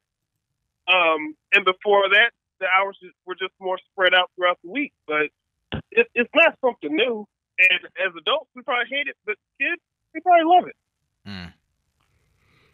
Okay. Yeah, because I was definitely saying it was going to highlight the talent that maybe a lot of people aren't seeing on the network if they have them on, on Fox, whatever. But that's the part where that probably won't happen. Okay. Because you would have thought with the 3-hour Raw that they'd be able to get more stuff happening than they did when it was 2-hour Raw, and then they didn't. Right. Because you think that with the deeper roster that more people would be focused on television, and that's not the case. And if you go back into the 98, 99, 2000, there was all kinds of guys on television within those 2 hours. Now, there's weeks where you don't even see certain people. Right.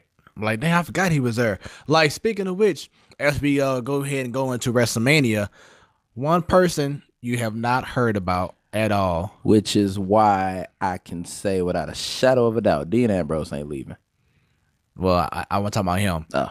But one person you have not heard who has been involved in WrestleMania the last 20-something years. If you bring up this bad hit, man. Oh, my God. You have not heard at all of The Undertaker. Because he's officially retired. No. If you saw his post, he lost 25 pounds. He said he is not done. Well, my guess is he's probably not going to have a match at WrestleMania. Like, technically, last year he had a match, but he didn't really have a match. Right.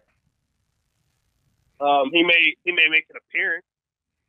And is Stan right about Dean Ambrose? I'm pretty sure he's leaving. And thoughts on good old JR going to AEW? Well, if you remember, it was months ago where I asked you all if you were watching Being the Elite, which is the precursor to All Elite Wrestling here. So, and that's not something that, it's not shocking. I saw that coming when I first heard his contract was expiring. I knew where that was going. Right. And there'll probably be more. So it seems like slowly but surely they are a threat to WWE. Am I right or am I wrong? No, they're not a threat. You don't think so? No. See, but if you're a threat, that means that you have a chance of knocking somebody out of business. You're not a threat. You may be able to cipher off some of the audience, but the thing is, it's almost like WCW. A lot of the people who watch WCW watched WWF too back in the day. So it's not like you're really hurting them. And think about it. All the people who like being the Elite and Cody and the Young Bucks, they've already liked them. If you look for the past so many years, they've already been buying their merchandise and wearing it to WWE shows. That is true. I've seen a lot of AEW shirts at Bullet Club WWE events. Yeah, Yeah, I mean, and they branched out from being in the Bullet Club, which is owned by New Japan Pro Wrestling. They have all their AEW stuff out now. I don't really see it as being a threat, and it's not like there's not opportunities for more companies. And if you look right now, you have WWE, you have All Elite Wrestling, New Japan is trying to come more and more into the United States. You have Ring of Honor. MLW. I don't know if you've ever watched that. It's a lot of stuff going on. And you know what? When I say that there's a lot of stuff going on, you talk about TNA or Impact Wrestling as they're known now. I'm going to steal a line from Dumb and Dumber. Just when I thought they couldn't get any worse, they go and sign Rob Van Dam and totally redeem themselves. But, so it's a lot of stuff going on. Yeah. I mean, Rob Van Dam is one of a kind. But that brings a little bit of name recognition. Right. People haven't seen him in a while, so they're not tired of seeing him like some of the other guys. All right. He's still gonna show up in that same singlet. Oh Lord. So let's go ahead and get into some of these matches. The kickoff show is going to have the Andre the Giant Memorial Battle Royal. At first, it was going to be in the actual show, but now it got moved to the kickoff show. It was never going to be on the regular show. Oh, okay. Well, but back then it used to be. The first one they ever had, it was like right there. But I guess now, now it got it's not a big highlight of the show, should I say? Well, the first one was, but then I went to the last two, and the last two was on the kickoff show too, and I think it was on the kickoff show the year before that. Really? Yeah. Oh, I don't recall that. Wait, hold on, because I know this. Huh? Go ahead. I know the second year Big Show won, correct? Yeah, the first one was Cesaro, the second one was Big Show. So the second one was on the pre-show too? That one may have been. That was the one that was in Santa Clara. Yeah, but then you had 32, 33, 34. I think those were all on the pre-show. Baron Corbin winning, I think, was on the pre-show. I don't know. I can't recall that. So, is it Braun Strowman's to lose? Yep. You would have to go with him because I guess that would make sense. But if he makes the most sense, he's probably not going to be the one to win it. Because he just won last year, right? Well, he won the Andre the Giant Memorial Battle Royal last year. Matt Hardy won the Andre the Giant Battle Royal last year. Yeah, Braun Strowman just won the tag team championships last year with a kid named Nicholas. Oh, that's right. That's right. Braun Strowman didn't do it. That was the weirdest thing. That's right. Hardy did win. I'm thinking about the other one. The one. Yeah, the Royal Rumble. Yeah, the greatest Royal Rumble. Yeah, that's what it was. My bad. And you know what? It'll be so WWE like if they do something with those Saturday Night Live guys and had them be a factor in the in the end of the match. Have them both eliminate Strowman, just or keep win, going. or win. Yeah, eliminate Strowman to win, and that'd just be stupid. Right. So you know what? The past few years, well, maybe not last year, but they've had celebrities involved. You remember the one year was Gronk. Mm-hmm. The 32 was Shaq. Yeah. Okay, so Big Show won 32 then, because I remember Mojo won. No, he and Shaq got eliminated. That 32 was the one that Baron Corbin won. So which one didn't Mojo win one with Mojo won at 33. Okay. That was the same one in which the Hardy Boys came back. Okay. Yeah, that was the same opinion. But that was the one that outsides mixed up. Gronk interfered in that 33 one, and that's how Mojo won that one. Mm-hmm. And then last year, Matt Hardy won because I think Bray Wyatt came in and helped him. Mm-hmm. Yeah. Oh yeah. Speaking of which, any word on when he's coming back? Maybe after. I have word of a possibility. Okay. But we'll save that. But knowing the WWE, he may come back that Monday night after Raw. I mean after WrestleMania. Maybe it's possible, but here's the thing: somebody's going to interrupt the liar. The question is, who is that going to be? Could that be The Undertaker? Could that be Bray Wyatt? Could it be The Rock? Could it be John Cena? There's not a lot of. I mean, I know that they have Michael Che and Colin Jost, and I guess you could say that Batista's a celebrity, but beyond that, there's not really anybody else. And then it is in New York, so you got to do something big in New York. Yeah. And the last time they were in New York, The Rock and Cena faced off. So. Yeah. Yeah. All right. So CM Punk and Undertaker faced off too. Man, dude, I still have hope on. No, I shouldn't. But I still have hope on. I have hope of seeing him wrestle. Just period. I feel like Punk might go to AEW because T-Bone. You remember the match he had on SmackDown where he defecated himself? Yeah. Because he caught a concussion. When did he catch? He caught the concussion, and then the doctor was like, "I mean, are you okay to go to Europe?" Because it was right before the European tour. Because I remember him. As referenced on John Oliver this past week. Yeah, that whole thing was, man, tore them a new one. Well, you know what? I listen. I understand his point that he was making, and I'm sure that he's a fan. But he picked some bad things to make a point about which hurts his case. And I wish that more journalists or commentators would do their jobs better. Do more to research. Make a case. Well, it's not even really the research. You know, the problem with I know we're talking about WrestleMania, but this happened last week. But with John Oliver, he appears to be a wrestling fan. He seems to be knowledgeable. He knows a lot about it. But what his show did was they went for names that people know versus trying to actually build your actual case. So when you're talking about the WWE being responsible for people's deaths, why would you bring up the Macho Man and King Kong Bundy as two examples?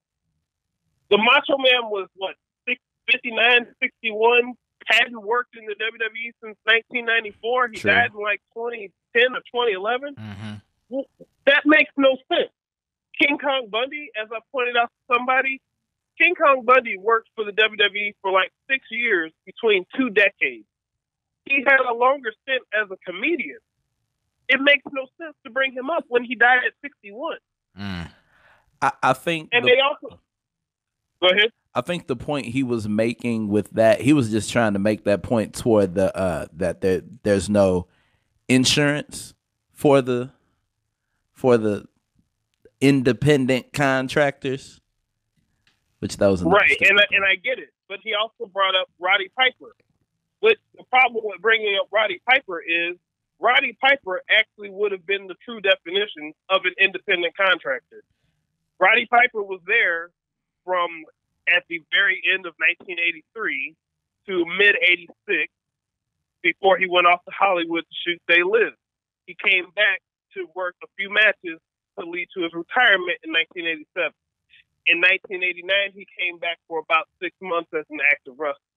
Other than that, he made sporadic appearances, like an independent contractor would.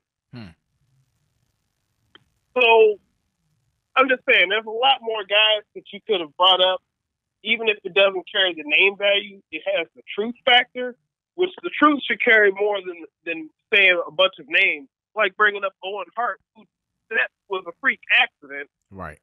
As opposed to saying somebody like, maybe Davey Boy Smith. And that would be a little bit closer. They brought up Lance Cade. They brought up Eddie Guerrero. They could have brought up, I'm just saying, he could have built the case better. Yeah. All right. So, in regards to the Cruiserweight Championship, do you follow 205 at all? Do you care about it? It's Tony Nese against Buddy Murphy. Yeah, Buddy Murphy. I almost said Blake because his tag team partner used to be Blake, and they were Blake and Murphy. But that's why I've been thinking about that. I'm like, ain't his name Blake Murphy? So totally drew a blank. My guess is that I'm going to guess he retains. Buddy Murphy. Yeah, I like his style. I saw him on at the Royal Rumble, and I was definitely impressed with what he brought to the table. Definitely impressed with that. Any thoughts about this match? Yeah, I don't watch 205 Live. I stopped watching after Neville left, in that whole Enzo period. Yeah. Cheers. SmackDown Tag Team Championships just made last night. The Usos versus Ricochet and Aleister Black versus the Boys. Well, you skipped over the women's battle royal. Well, no, it's coming up later on. I got you still. I got you. Okay. Versus the He's Boys. going in order of what's on the screen. Right. Wow. Yeah, so once again, versus the Bar versus Rusev and Shinsuke. Will the Usos retain or will we see a new champion?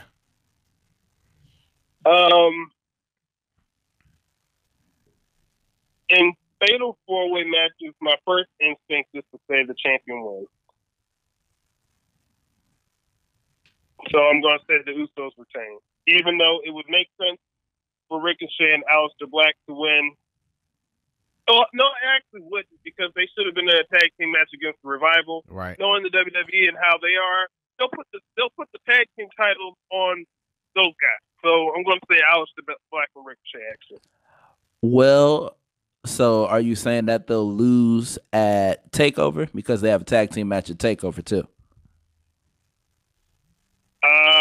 At TakeOver, they're facing the Forgotten Sons. Nah, I'm going to say they won the tag team titles at WrestleMania. Okay. Ooh. Okay. Interesting. Interesting. Cool. I wouldn't be surprised if they won Aleister Black and Ricochet if they won on SmackDown, but I can see the Usos definitely winning because they are the more experienced team. Since day one. Yeah. Man, this match here, I hope it's a different change to it or something. Kurt Angle versus Baron Corbin farewell match. There's definitely going to be a change to it. It has to be. I feel it. Well, I can only go with what they have now, and based on what they have now, Baron Corbin wins. Ooh. So what if the change happens that I and everybody else is calling for? What if John Cena takes Corbin's place? See, okay, so you say that, but okay, well, if you have that match, who wins? Well, likely it's going to be Cena. So you want Cena to get booed?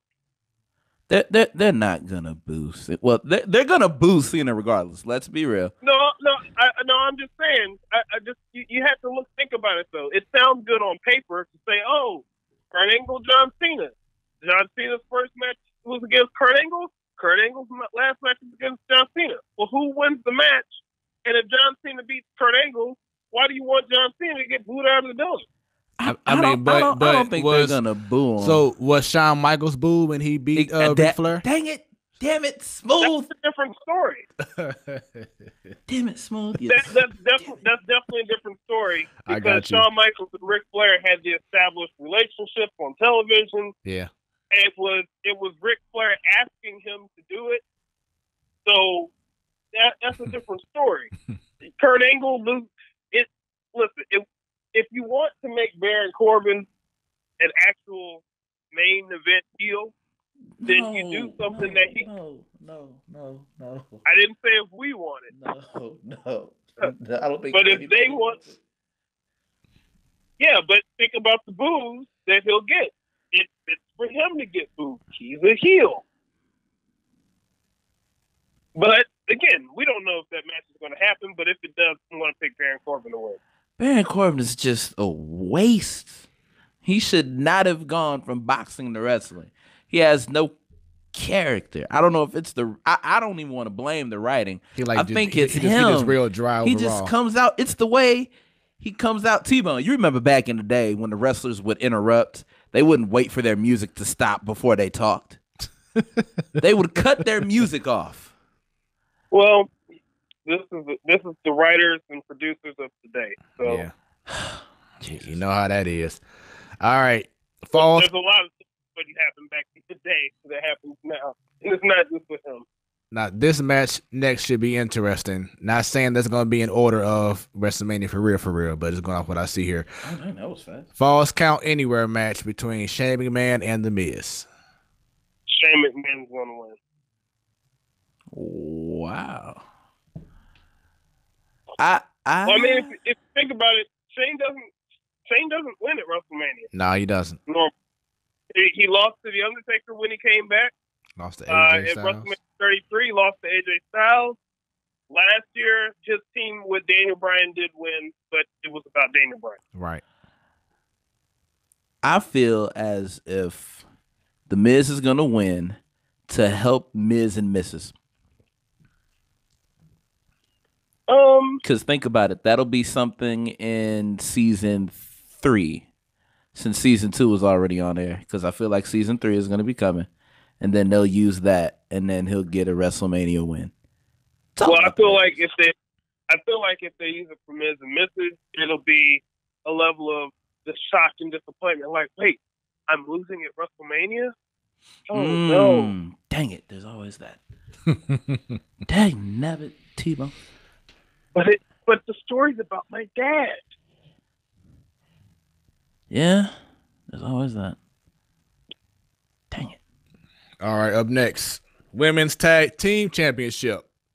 The Boston Hug Connection versus Beth Phoenix and Natalya versus Nia Jax and Tamina Snuka versus the Iconics. Iconics, the one team that should not be in there. Excuse me, Iconics, you're right. I am going to say that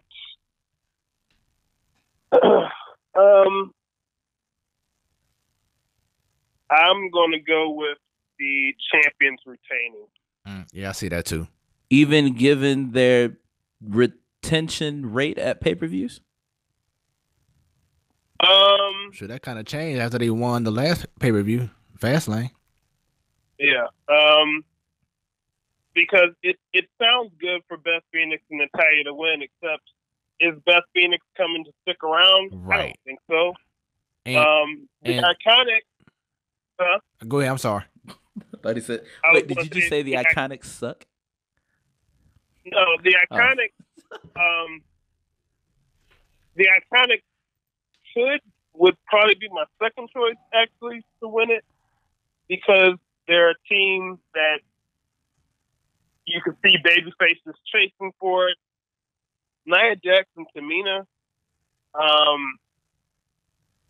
I don't think that they'll win it there. And I'm also saying this based on how many championships I think are actually going to change hands, and just kind of looking at it from that standpoint as well. Got you. What's your thoughts on Beth Phoenix and how she's been looking, or how she looked? I mean, she's fine. She's also dealing with a different group of women, right? That because her Glam Slam, when I've seen it, it doesn't look as crisp as it used to, but it still looks effective. So it gets the point across, but I think there's some timing that could be worked out, and I think this could just be, trying to add something new, or not new, but add something special to get somebody else on, and so you have Beth Phoenix as the returning female star. Yeah, because that Glam Slam was leaning a little bit to the left. United States Championship, Samoa Joe, Rey Mysterio. If he competes. Rey Mysterio got injured on Monday. So, what's funny is that could be the match where John Cena comes in. Oh, dear. That's true. Well, and I say that because before they went to Mysterio, they were teasing John Cena, Samoa Joe. Right. So, but if it is Samoa Joe against Rey Mysterio, Samoa Joe retains. Yeah, I got Samoa Joe winning too. What if it is Samoa versus Rey, and then afterwards John Cena comes out, and then they set that up for the next pay-per-view? I mean, they could do that. Because I can't remember the last time John Cena missed a WrestleMania. 32, as far as actually wrestling. No, he came out and had that match with The Rock. Well, he didn't have a match. He just came out and saved The Rock. Right. No, they had a whole tag team match, didn't they? No. I could have swore. The Rock faced off against Eric Rowan. And won in 2 seconds. And then the Wyatt family was about to attack The Rock, and Cena came out. Right. Yeah, because it wasn't an official match. Oh, Lord. All right, up next, the Intercontinental Championship between Bobby Lashley and Demon Finn Balor. Finn Balor's going to win that one. Especially him being the Demon, huh? The Demon's undefeated since the call-up. No. I thought Demon Finn lost to AJ Styles. No, that was just regular Finn. Was it? No, that was Demon Finn. That was 'cause Demon. It was that was Survivor Series. Oh no, the Demon beat AJ Styles. No, hold on. no, he didn't. You really want to go head to head with the wrestling encyclopedia? I'm gonna Google it though. Go ahead. AJ Out. AJ was supposed to face. We good? Is he? He called him safe. Oh, that's bull. Versus Finn Balor.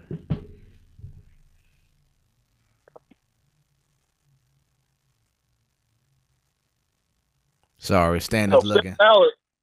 Finn Balor was supposed to face somebody. That person got hurt. It was AJ Bray Styles Wyatt. Yeah, Bray Wyatt.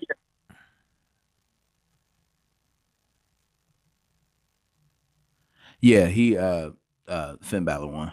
Okay, you won. Congrats, you're right.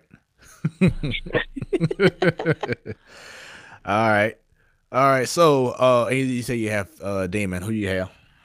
I got the Demon. Ever since his call up to the main roster, Demon's undefeated. I'm saying Lashley. Come on now. I I can't even make the comment I want to make because it's gonna come back to bite me in the ass. I'm going. Well, no, it won't. When the last time a black man retained at WrestleMania? That's the same thing he said last show. Hey, Sunday's gonna be a whole new. but I can.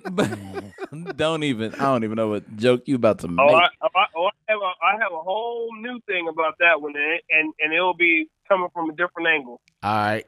I feel like we might have the same angle. And I actually want to add on to that for my what if. But up next, would this be an overhyped match? No holds barred, Triple H versus Batista.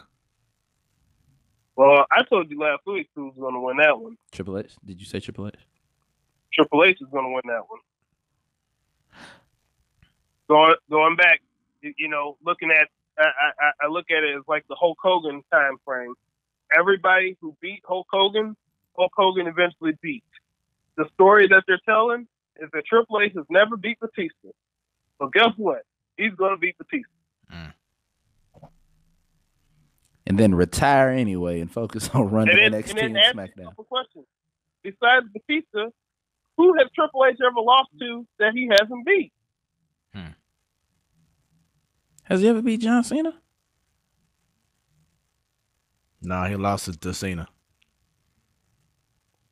He lost to Cena at WrestleMania 22. I feel like he's beaten Cena in a different match, even if it's a triple threat match. Because I remember the only triple threat I could think of that they were involved in is WrestleMania 24, where Randy Orton retained. Yeah, that's Orton definitely. But then Triple H beat the living hell out of Randy at the next one. But then again, Cena may be the only person, but Triple H has beat everybody else. He hasn't beat the Undertaker at WrestleMania, but he's beaten the Undertaker before. So would it be safe to say that we'll potentially get a Triple H versus Cena to write that one too? Possibly. Because remember, at that time, it was Super Cena. No one could beat Cena. No one. They all have tried, but they have failed. All right, up next. This should be a good one. AJ Styles versus Randy Orton. My guess is that AJ Styles beats Randy Orton. The changing of the guard. Only because they already did the spectacular RKO. So. Oh yeah, they wasted that on Tuesday. Yeah, I can see. I feel like. Oh, you go ahead. I'm sorry. I was just gonna say, since they did the RKO on SmackDown, my guess is AJ Styles goes for the phenomenal forearm, fakes out Randy Orton, and then hits a different move. Maybe he goes for the phenomenal forearm. Orton goes for the RKO, lands on his back. AJ Styles then goes on the rope and does the 450 on the Randy Orton for the win. I feel like he'll win with the Styles Clash. I haven't seen that in a while. I don't think that Randy Orton's going to take the Styles Clash. Think he's too tall?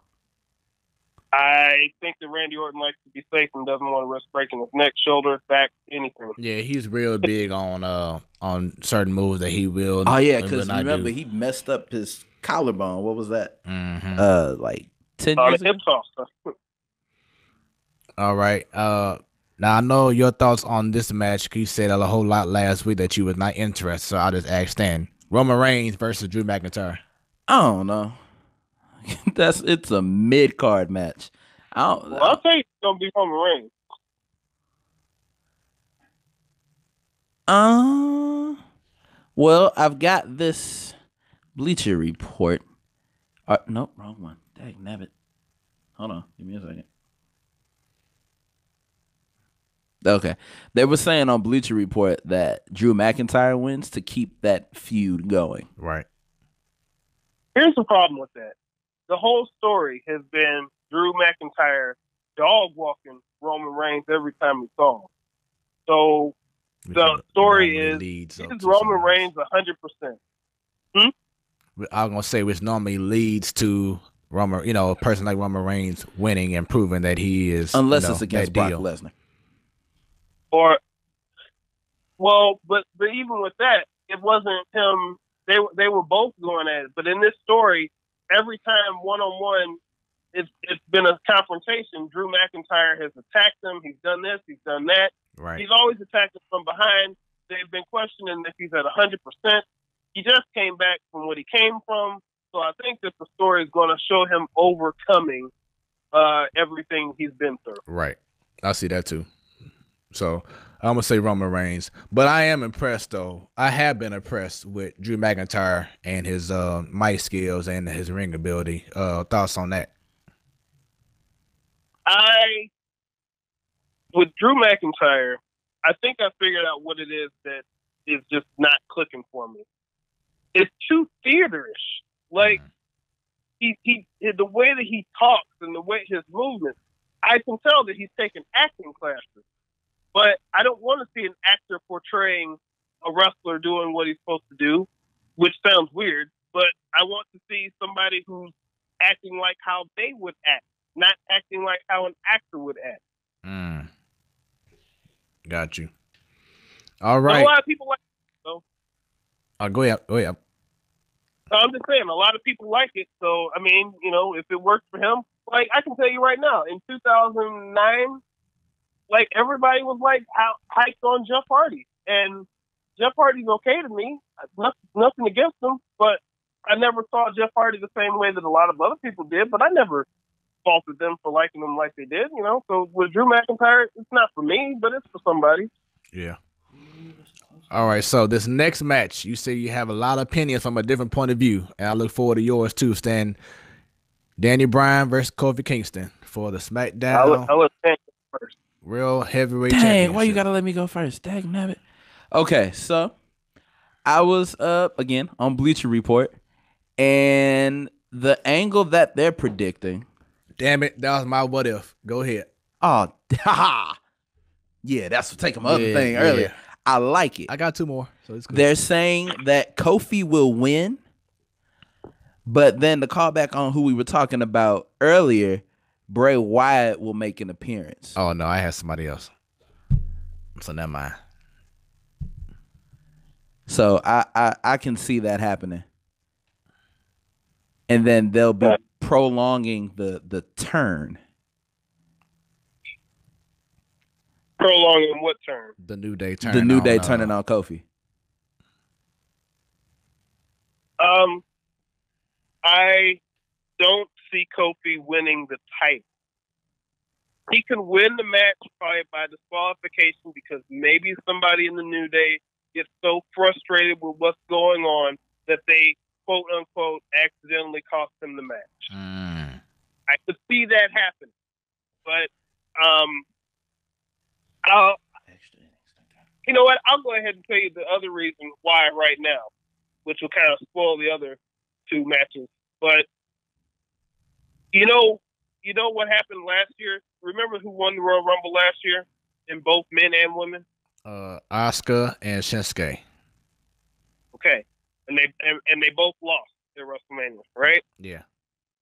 Okay. Now remember last year was the first Women's Royal Rumble. Mhm. So this is the second one. Do they really want the Royal Rumble winner going 0-2? No.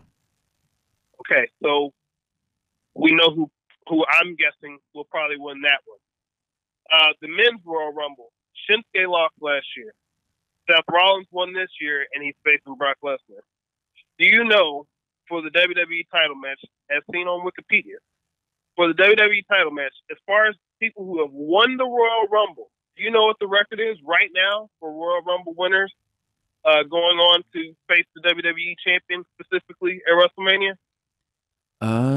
Okay, so I can count.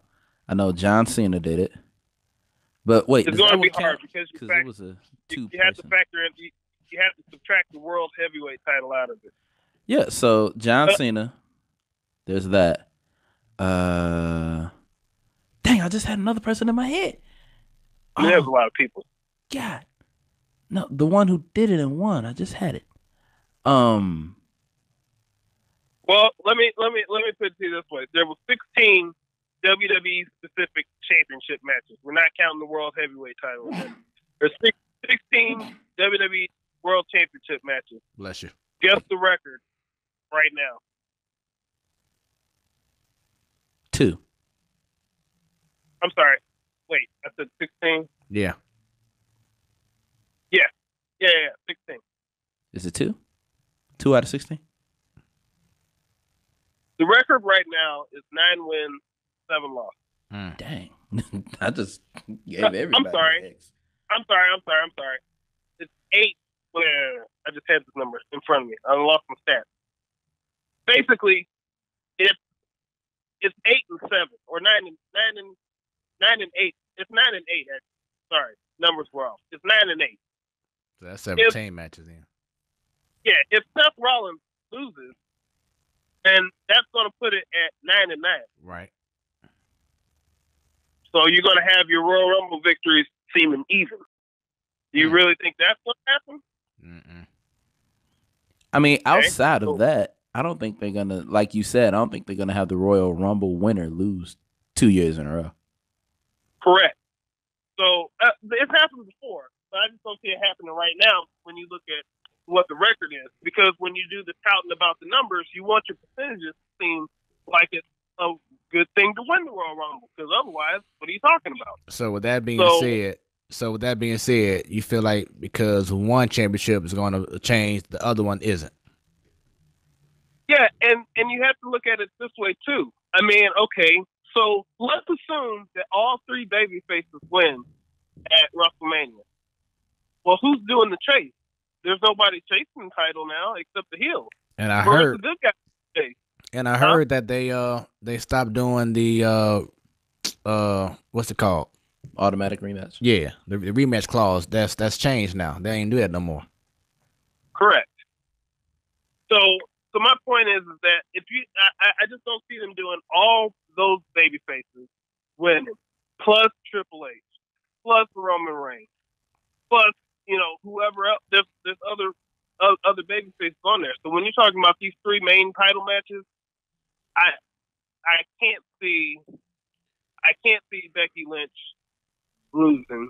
I can't see Seth Rollins losing. Again, we also don't know what Brock Lesnar's schedule is going to be after this. True. So my guess is going to be that they're going to say, well, we need to have somebody to chase. Right now, Kofi Kingston seems to be the hottest person at the moment, so the fans will be behind him for the chase. Right. And that's what I see happening. Man, he been chasing for 11 years. How Right. much longer he got to chase? Before I get to the other big time matches, I know you want to talk about the Women's Battle Royal real quick. Did you have an outcome, a winner? It better be Oscar.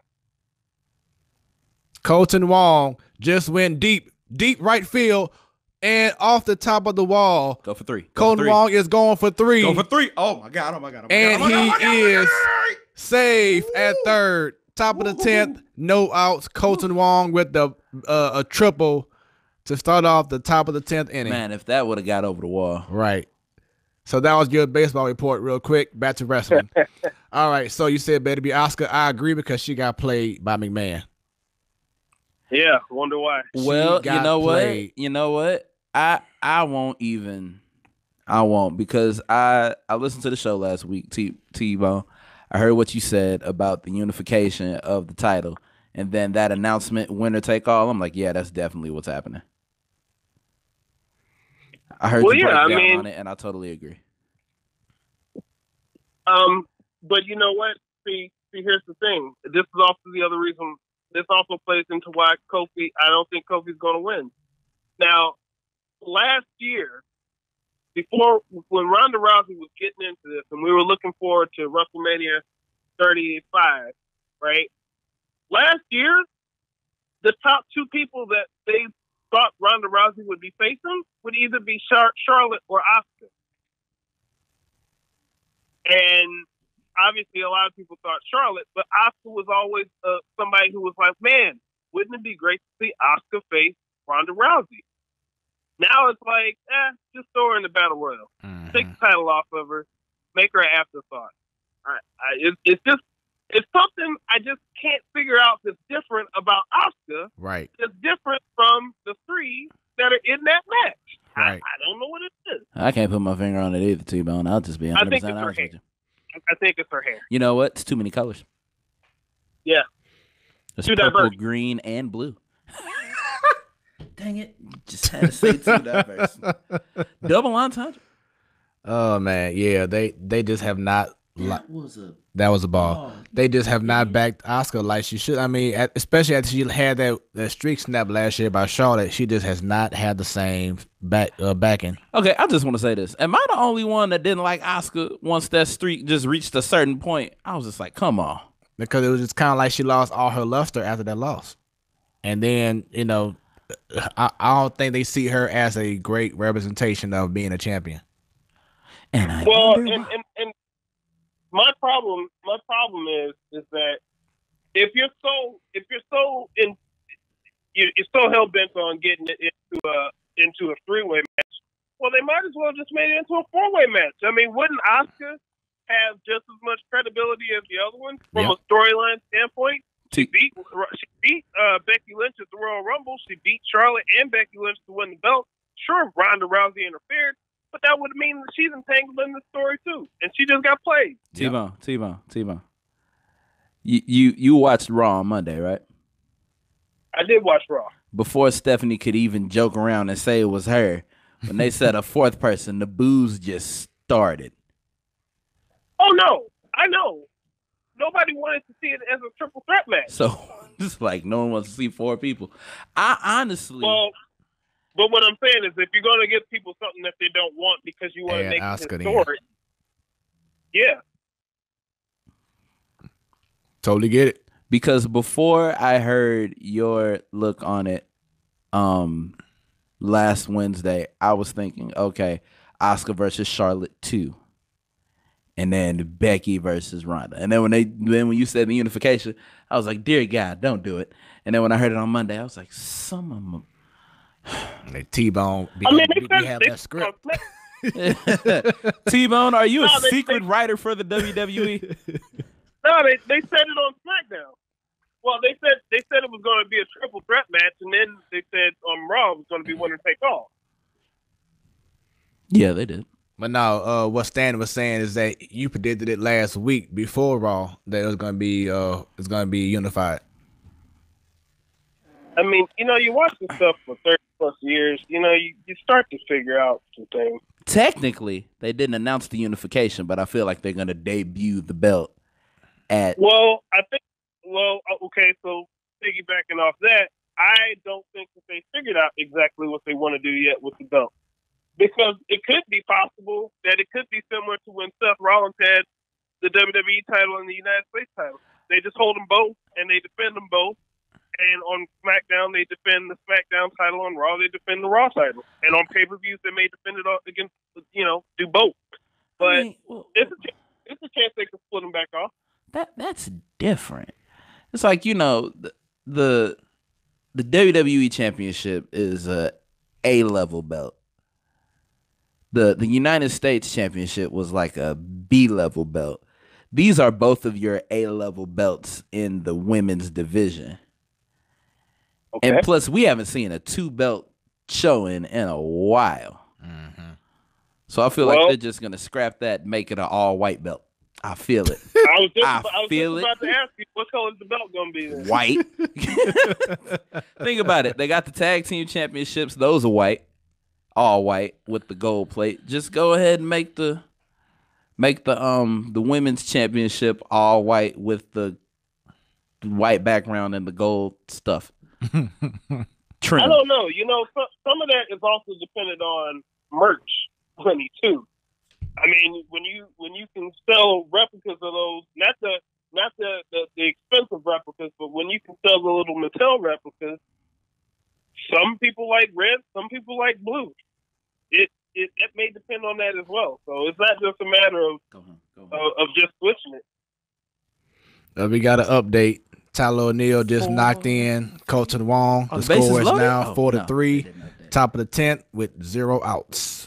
And one on first, and who's on first? And I don't know who's on third. We got Bader at second. Did I get that right? Tyler O'Neill at first. Who's on first?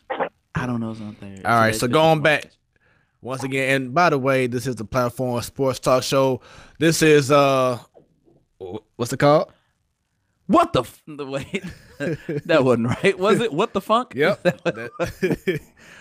We have T-Bone Funk on the line. Catch myself before I said the glorified, retired professional wrestler from the indie circuit. There you go.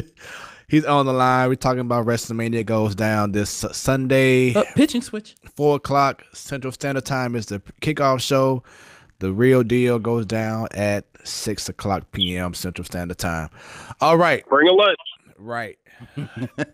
Up next, matter of fact, we will have a watch party right here at the Getaway. It's going down. Bring food, bring drinks, and bring your excitement. No posters, please. All right. So up next, we have Lesnar and Rollins. Is it a foregone conclusion to say Rollins will win? I have to believe so. Because if he doesn't win, then who is going to face Brock Lesnar? Roman Reigns. Oh dear God, no! I can't even say that with a straight face. You know what? Here's the thing. I don't think that Roman is hated like he was for obvious reasons, but you can't go back to that again. It's too soon to go back to go right back to him, because then he will start getting booed again. I don't think they're gonna boo him. Like, because now at this point, if you boo him, you're a douche. Like, at this point, after that. See, here's the thing. He would. I don't think they would be booing him. They would be booing. They'd be booing the fact that we saw this. This is a repeat. Right. Why are we doing this again? Want to see something new, something fresh. To be fair, he didn't get a title defense. He's not. Remember? You can't. They don't do automatic rematches anymore. No, I was saying no, not a title rematch, a title defense. Because when he got the title, that's when they did the Shield unification, and then that's when the leukemia came back. He never got to defend the title. Right, but I mean, but still, he of course, wants us to relinquish, and especially with that clause. Oh yeah, I know that. But no, what I'm saying is he never got a chance to defend it. Usually you get a chance to defend and retain or lose it, but he never got that chance due to leukemia, which is messed up. Yeah.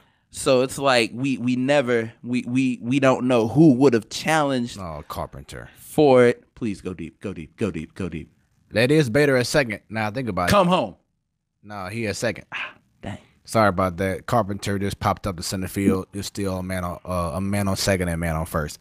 But going back to your thought. Yeah, he never got the chance to defend it, so we don't know who he would have defended it against. Yeah. Well, no, it would have been Braun Strowman. At that time, I think it was leading to a Braun Strowman thing or something like that. Yeah. Yeah. Braun just can't catch a break. He's not like now. Who T-Bone, might you know who he pissed off upstairs? Nobody. I mean, look, with Braun, they have the thing where there's this old school mentality of when you have somebody like Braun, you can't put the belt on him because who's gonna really beat him? Who's going to beat him? Besides one person, which is Roman, or no, two, Roman and Brock. Well, maybe Drew McIntyre. Ooh, That would have been nice. But you already have the dominant champion, right? Yeah. So you already have that Brock Lesnar character. You put it on Braun Strowman, that's almost too similar, except that he'd be there every week. I was just about to say. So, a presence. So, I mean, they just had this thing where they don't, especially if you're talking about Vince McMahon, like, think about it. Andre the Giant, yeah, he was getting up there in age, but even at the time when he took over, he never thought about putting the belt on Andre, and he only held it for like 39 seconds after the main event. So, they just don't do that. Big Show's held the belt a few times, but even those have been relatively short. You know, Big Show won it. Big Show won that Survivor Series of '99. He lost it in January of 2000, and he won it in. There was the time when he won it in 2002 from Brock Lesnar. He lost it He won it in November. He lost it in December.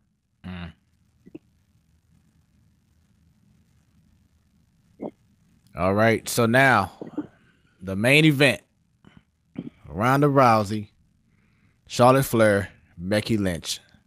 This should be an awesome match. Who you have?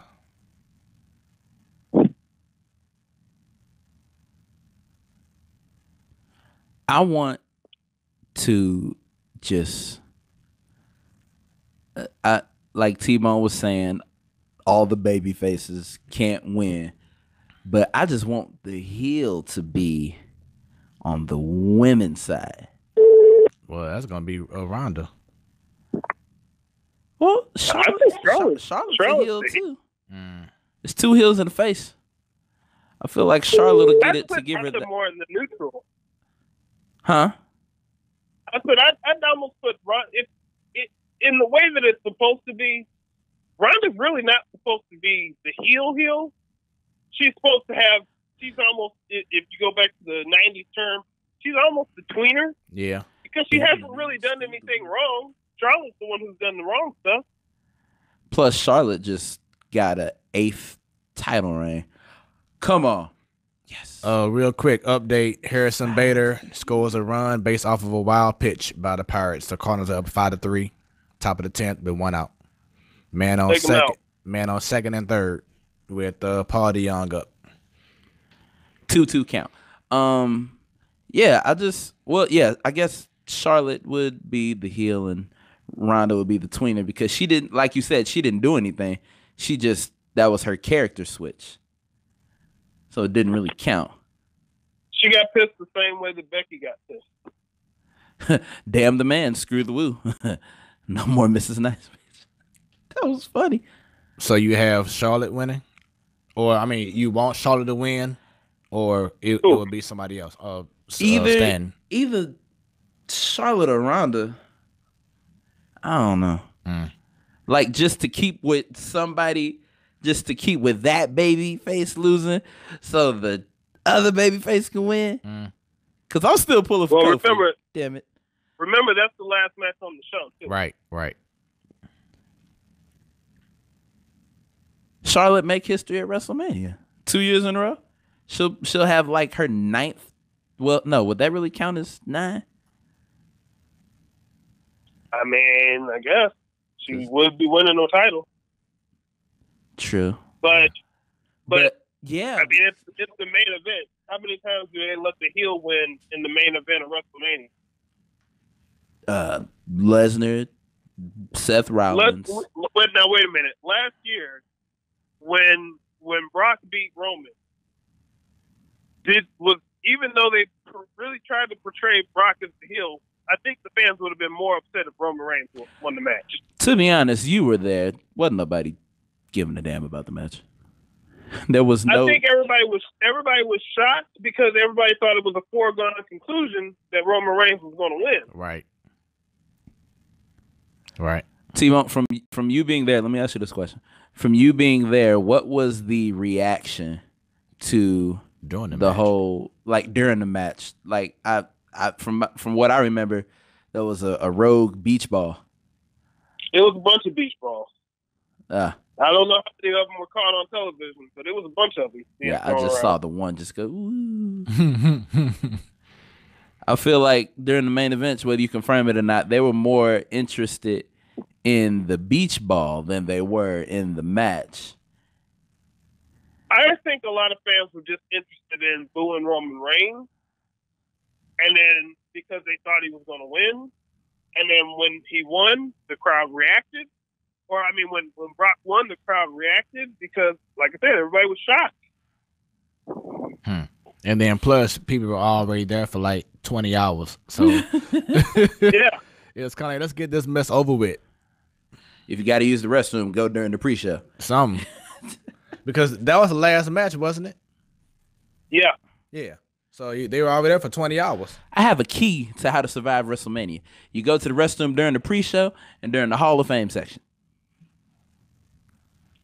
And I mean, what was it, 33? The last match was Roman Reigns and The Undertaker. I guess you could say, I guess you could say that Roman Reigns was the heel there, so he won there. Mm-hmm.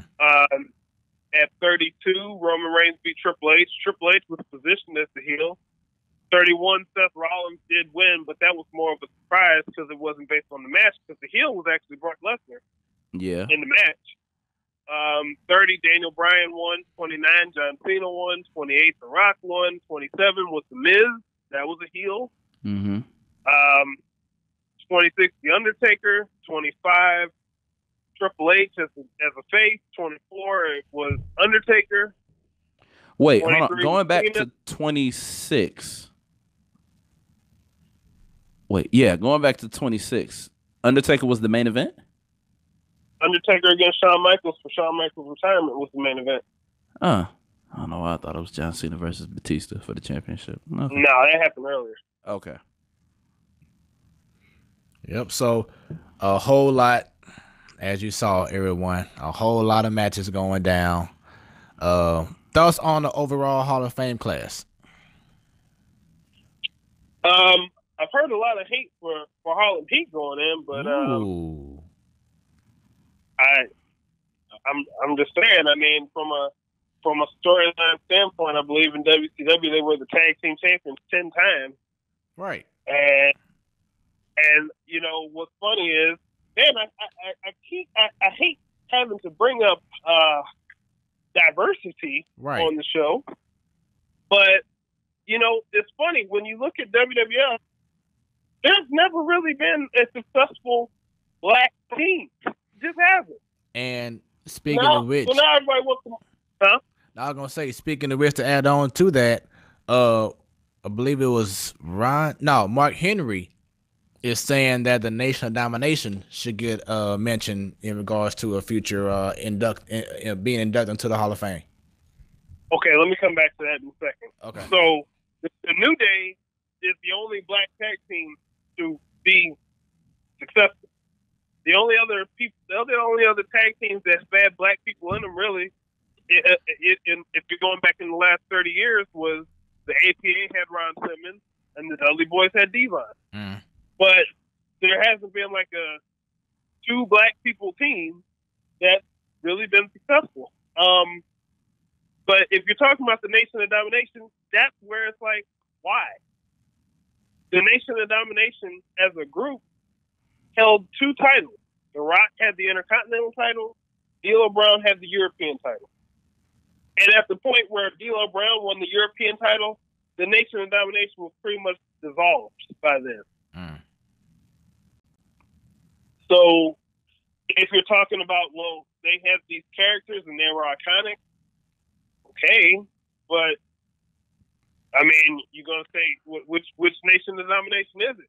Is it the Ron Simmons, Farouk, Crush, and Savio Vega with PG-13 coming out there? Or is it the one with, you know, the Godfather, the Rock, D'Lo Brown, Mark Henry?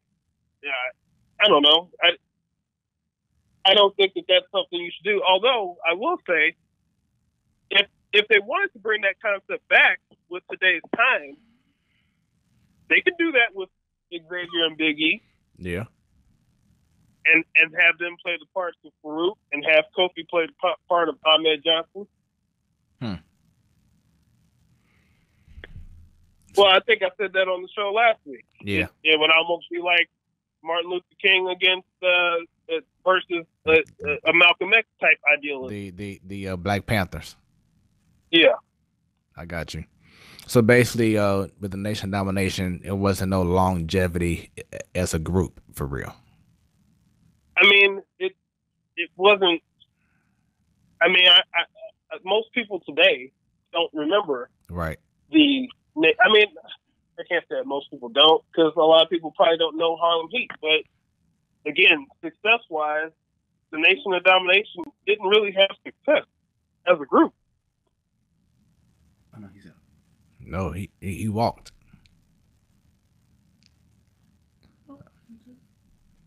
We just saw a pitch by Alex Reyes that he threw a strike.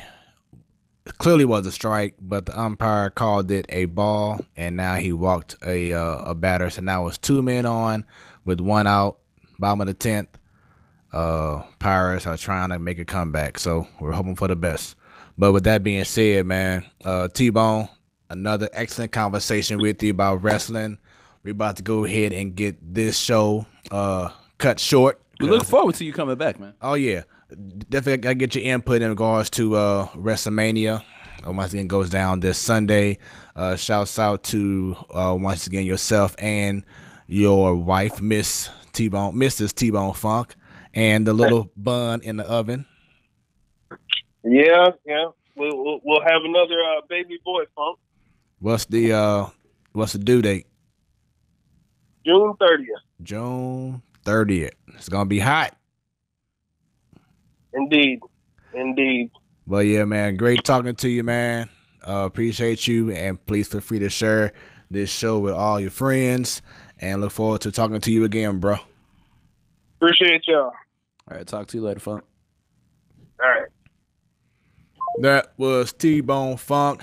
Once again, another great conversation. I hope for all the wrestling fans, you have enjoyed that. Man, sitting here, y'all done started talking about the nation domination and all that stuff. I don't want New Day to break up.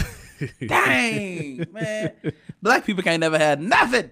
Yeah, that's how it is. And then you know how T-Bone Funk feels about McMahon and, black folks anyway. So it's like McMahon and non-whites. There's no can't get right on that. But yeah, man, this show has been going on strong for almost 2 hours and 30 minutes. Thanks for everyone for tuning in. We going home. Yeah, what we're gonna do is go ahead and cut it short for the night. We'll save everything else for next week when we have the full staff in the building to complete. Because I sure ain't got nothing to talk about on none of these. To complete the full anniversary. So, Sadal, see you next week. Stan, great show. Let me make sure I do one thing here let's see here. Where to go? Okay, sorry on there. Okay, there we go. So we're good to go. Make sure that you tune in next Wednesday, 7 o'clock p.m. Central Standard Time. There we go. I ain't want to do that. Now, make sure I put this back in. I am your boy, Smooth. And it's Stan, baby. When it's about sports, it becomes our business, and business just picked up. Once again, 2 years going strong. Many more to come. Better content, better production. We're going to do big things, y'all. We got the faith. We're going to make it happen.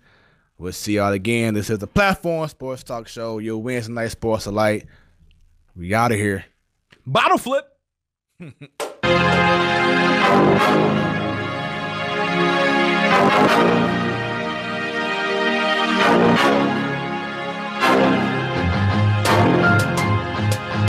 Tom Brady done. Is he finished? And Green Bay is not Green Bay right now. You always wrong. Ooh.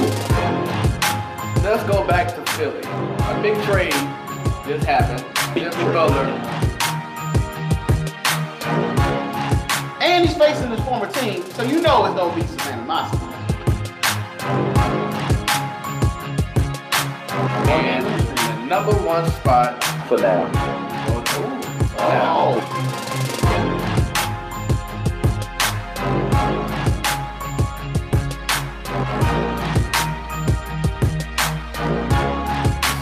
that field in Mexico City, it shows how stupid the NFL is.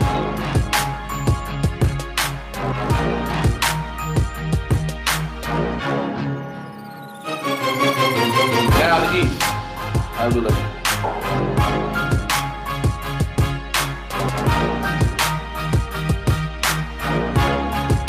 Favorite team. Her favorite team. With this trade happening, does this mean the Sixers are the front runners, are the favorites? So you're gonna stand up here and defend the player that just went 1 for 11, and then all of a sudden got sick. Work day getting on my nerves, but you know I'm here.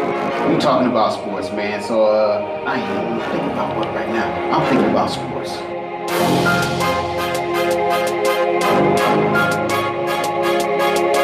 That's why your laptop dead.